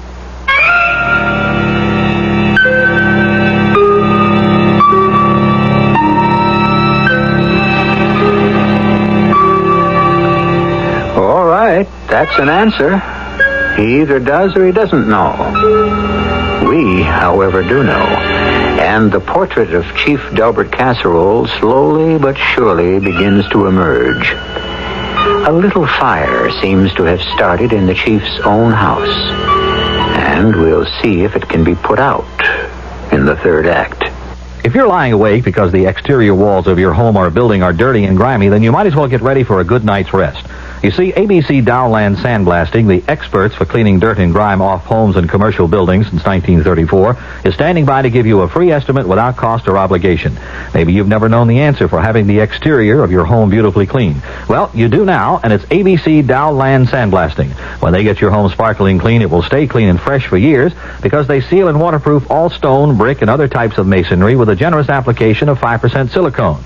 This treatment is inexpensive, and it preserves the beauty of your walls while it protects them against deterioration. Remember, for a beautifully clean home every time, it's as simple as A, B, C, and D. With ABC Dowland Sandblasting, 116 West Commerce at North Beckley in Dallas. Phone 744-0654, 24 hours a day. That's 744-0654. Rely on ABC Dowland Sandblasting. You'll find them listed on page 1303 of the Dallas Yellow Pages.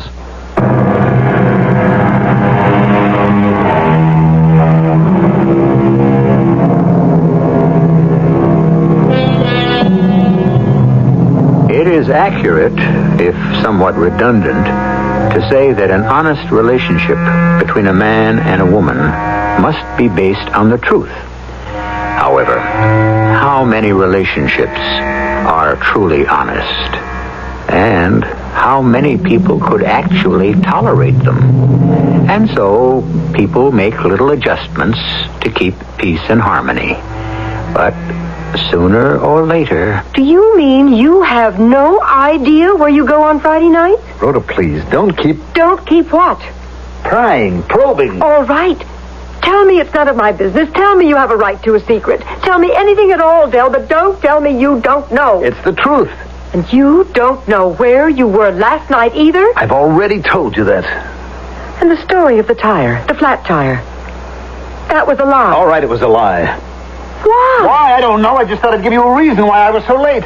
Well, where were you last night? You're beginning to sound like a broken record. Well, where? I don't know where I was. There are some things we'll never know. There are mysteries. Dale, I want you to go to the doctor. I went to the doctor. Golden says there's nothing wrong with me. You know the kind of doctor I mean. No. Why not? You know why not. I can't afford it. You have to go. A man who holds public office the way I do cannot afford to go to a psychiatrist. Period. And we're not going to discuss it either. If we're not going to discuss this, we're not going to discuss anything at all. We'll have no relationship of any kind. We'll never even see each other because I will get a divorce. Rhoda. There's something wrong with you, Del. We don't have very much of a life together as it is. What are you talking about? You know what I'm talking about. Well, look, I get home late. I mean, there's so much to do. I'm so tired. That's why you have to see a psychiatrist. Rhoda, honey, please. Please. Give me a chance to work my own way out of this, will you? Del, you need a doctor. Now, look, Rhoda, I'll get home earlier. I'll even cut out the Friday nights altogether, all right? We'll try to work it out together. Come on, Rhoda, please. Let's at least try. Was she going with anybody? No, I never seen her with a man. How about friends? No, not so many friends. Last night here in the restaurant. Oh, she had lots of moods. You know moods? Women, they have moods. Did anyone pick her up after? I was always in the kitchen. I could never figure her out. Did she say anything about where she was going? I don't know. My brother and his wife, they're both dead now. They brought her here from Russia. She was a baby. I know her all my life. Did you see anyone who might have gone A quiet girl, kept to herself, stays home in her little apartment. They find her dead in a motel room. Why? How? Does she have some secret life I know nothing about? Last night in this restaurant, did you notice a tall, thin man with blondish white hair and a blue jacket with gray slacks? Did I notice? Why, of course. Of course. Why, didn't you ask me in the first place? Of course. The place was crowded last night. The biggest crowd in a long time. So ask me, how would I remember a man? Okay, how? Because he was a single. He came in here alone. Most people, they come couples, a party of 4, a party of 6, you understand? But him, he was the only single all night. Where would you have seated him? Over there, in that small little table. And did Anya Petrov wait on him? Sure, why not? It was her station. Have you ever seen him before? No. Well, did Anya ever speak of anyone who may have looked like him. Told you, she never talked about anybody. All right. This person, this man, do you think he's the one who... Thank you for your help.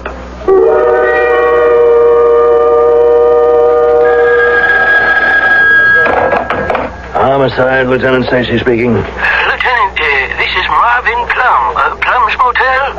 Yes, Mr. Plum. You said I was to call if I ever remembered where I'd seen that guy before. You know, the one who... Yes, Mr. Plum. Well, Lieutenant, what's the hardest thing in the world to find? I don't know. Something that's been right under your nose all along. About the man... Yes, sir. The thing, it wasn't where I'd seen him before. That's what threw me. I'd never seen him before. Then why did you say you'd seen him before? 'Twas where I'd seen him since. Since? Since the murder. But the murder had only taken place the night before. This was the next morning. Now, where would you have seen him since? He was right in front of my eyes. Where? He'd have been right in front of your eyes, too, if you'd have been facing the TV set. He was on the program. Who? This guy who was a dead ringer for the one you're looking for. The guy who checked into the motel. The guy who killed the waitress. Who? It's got to be his double or his twin brother. He was on the show. He's the guy, the fire chief over at Caswell's Corners.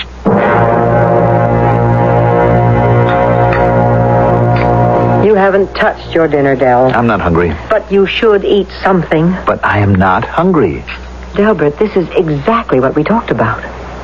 You have to lead a more calm, a more relaxed, a less pressure-filled life. Okay, I'll try. Darling, I'm trying to help you. I know. Oh, I still think you should see a psychiatrist. Let's not talk about it right now. But when should we talk about it? Tomorrow. Now I have to go out. Where? Where? It's Friday night. We never ask each other about Friday night. Wait a minute, Del. We agreed there would be no more Friday nights. When did we agree? Last week. Don't you remember? Well, I just thought I'd go out for a drive and relax and have a few drinks. No, Del. No, you're going to stay home and relax from now on. Rhoda, we agreed when we got married that... Del, you're in trouble. You won't let a psychiatrist help you, and if you won't let me help you, I'll walk out. No, Rhoda, no. Now, we're going to spend a quiet, relaxing evening at home.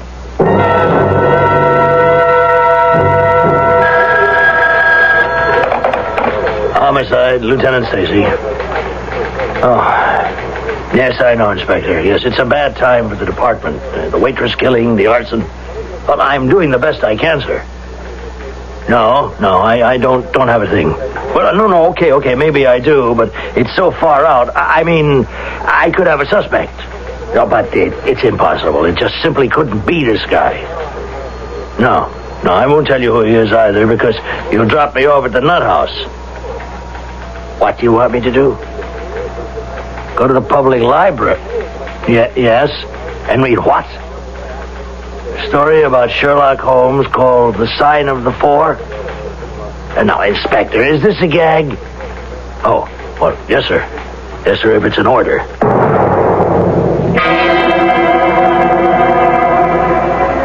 Now, darling, isn't this pleasant? Yeah, I just, You just what? No, I'm just not used to being home on a Friday night, that's all. Why? Why do you find it so necessary to go out? I don't know. Well, try to think. Del, is something lacking in our relationship that you have to find it elsewhere? Is something lacking? Well? Yes. You know what it is. Delbert, I'm willing to be patient. And perhaps if both of us try... No, Rhoda, it isn't that. Why do you women always think that it has to do with... Then what else is lacking? It's something that... Yes? Well, I think he said it. Who said it? The one on the program, that Jerry, whatever his name is, he said it. Well, what did he say? I can hear him. I can hear exactly how he said it. Doesn't it ever get boring? I mean, here are all you firemen sitting around the firehouse, and you never get to go to a fire. Now, don't you miss the excitement of racing down the street, sirens screaming? Bells clanging and the thrill of conquering the fire itself, of subduing the flames, the adventure. But I also heard what you answered, Del. The greatest excitement a fireman can experience is the quiet excitement of sitting in the firehouse and knowing that all is well, all is safe in the city. If I said that, I lied. Del! Because I miss it. I miss it. I need it. What? What do you need? The fire. What fire? The fire! The fire shooting up into the sky. The searing flames, the billowing smoke. The shouts of the firemen, the police, the crowds. And the flames. Ooh, those flames. Have you ever seen the rest of the street, the other houses? How the shadows play over them, the shadows of the leaping flames? And you can almost feel those houses and buildings shudder and moan with fear and dread and apprehension. Shall they be destroyed or shall they be saved? Del, don't say any more. Just sit here with me. Let me put my arms around you. No, that won't help. She tried that. They all try that. It's the same as it is with you. It's no good. A doctor. Del, you'll have to see a doctor. No. A fire. I want to see a fire. You know, you never see a fire in this town. And it's my fault. Because I'm too good a fire chief. That's why we have no fires. Because I'm too smart, too conscientious. I'm being cheated. Let me go get you something. I need a fire. That's what I need. You understand? A fire. Any fire. In here. Where's my cigarette lighter? No. You see, I light up this pile of newspapers. Delbert! So I'll scatter them around the room. Oh, we're going to have a fire in here. We're going to have a real fire. No, help! Shut up!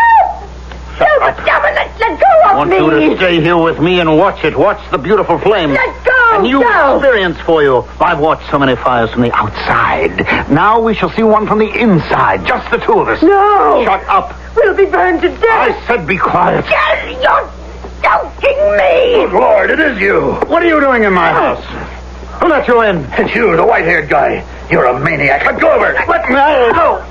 Get out of here. Let go of her before we all get killed. This place is going up. Now let go.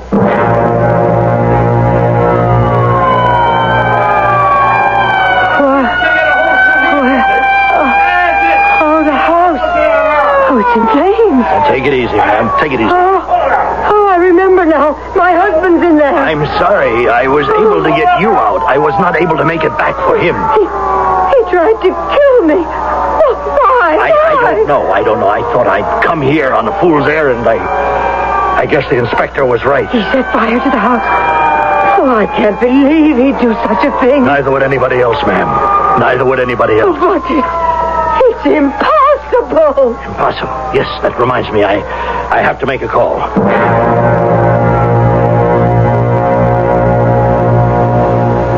I guess you were right, Inspector. What it said in that book. When you have eliminated the impossible, whatever remains, no matter how improbable, must be the truth.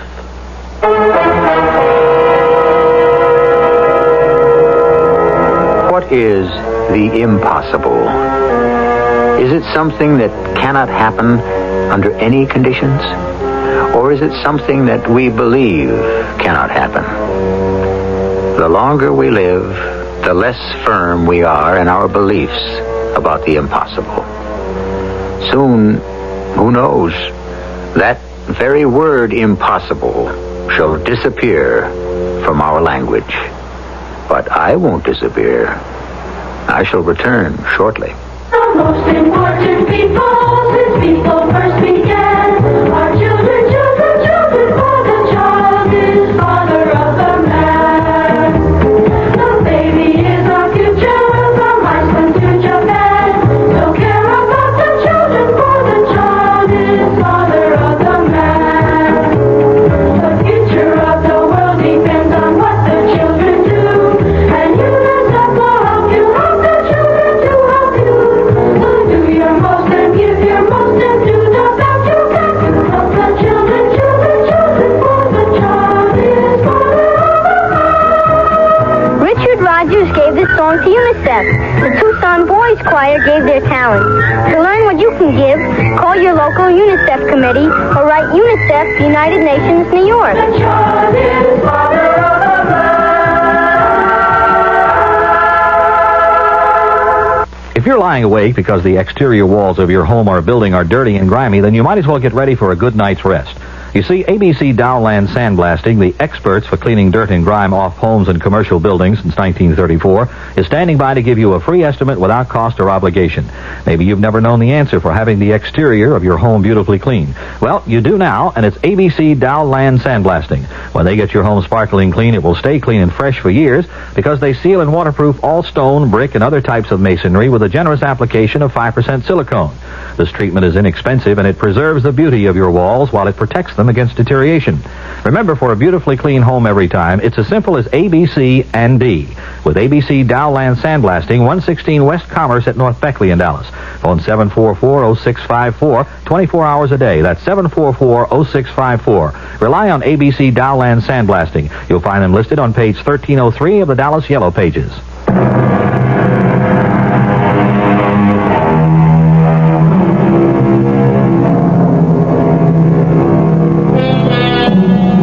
What was it we asked at the very beginning?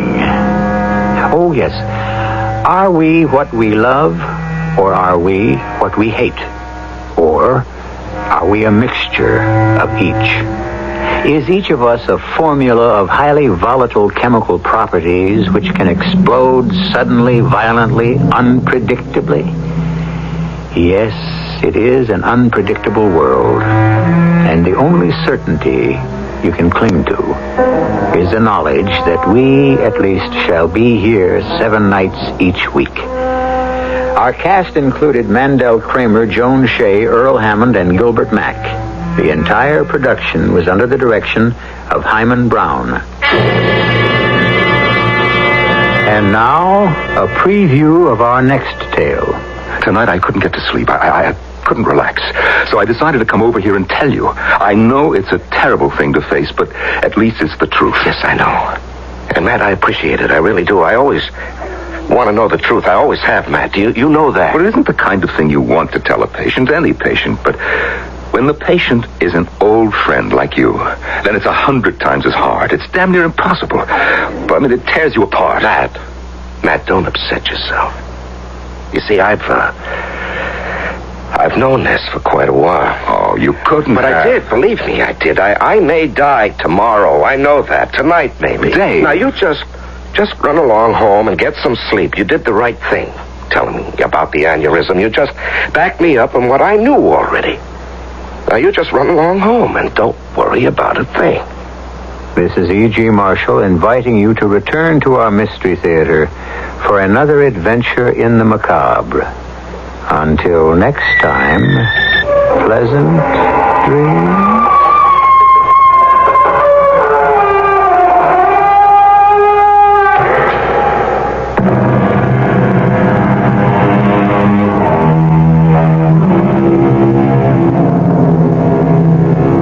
The CBS Radio Mystery Theater has been a presentation of ABC Dowland Sandblasting. If you're lying awake because the exterior walls of your home or building are dirty and grimy, then you might as well get ready for a good night's rest. You see, ABC Dowland Sandblasting, the experts for cleaning dirt and grime off homes and commercial buildings since 1934, is standing by to give you a free estimate without cost or obligation. Maybe you've never known the answer for having the exterior of your home beautifully clean. Well, you do now, and it's ABC Dowland Sandblasting. When they get your home sparkling clean, it will stay clean and fresh for years because they seal and waterproof all stone, brick, and other types of masonry with a generous application of 5% silicone. This treatment is inexpensive, and it preserves the beauty of your walls while it protects them against deterioration. Remember, for a beautifully clean home every time, it's as simple as ABC and D. With ABC Dowland Sandblasting, 116 West Commerce at North Beckley in Dallas. Phone 744-0654, 24 hours a day. That's 744-0654. Rely on ABC Dowland Sandblasting. You'll find them listed on page 1303 of the Dallas Yellow Pages. On WFAA's calendar of events, Fort Worth State School invites you to share in holiday excitement from 6:30 to 9:30 p.m. beginning December 15th. Visit with Santa and take a drive-through tour of Christmas displays at the school just north of South Loop 820 on Campus Drive. And cancer is a highly curable disease when detected in its early stages. The American Cancer Society encourages South Dallas residents to visit the Cancer Mobile Detection Unit for a free cancer screening at Martin Luther King Center, 2922 Forest Avenue. Hours are from 5 o'clock until 8 o'clock Monday through Wednesday, and from 9 through noon on Saturday. We're those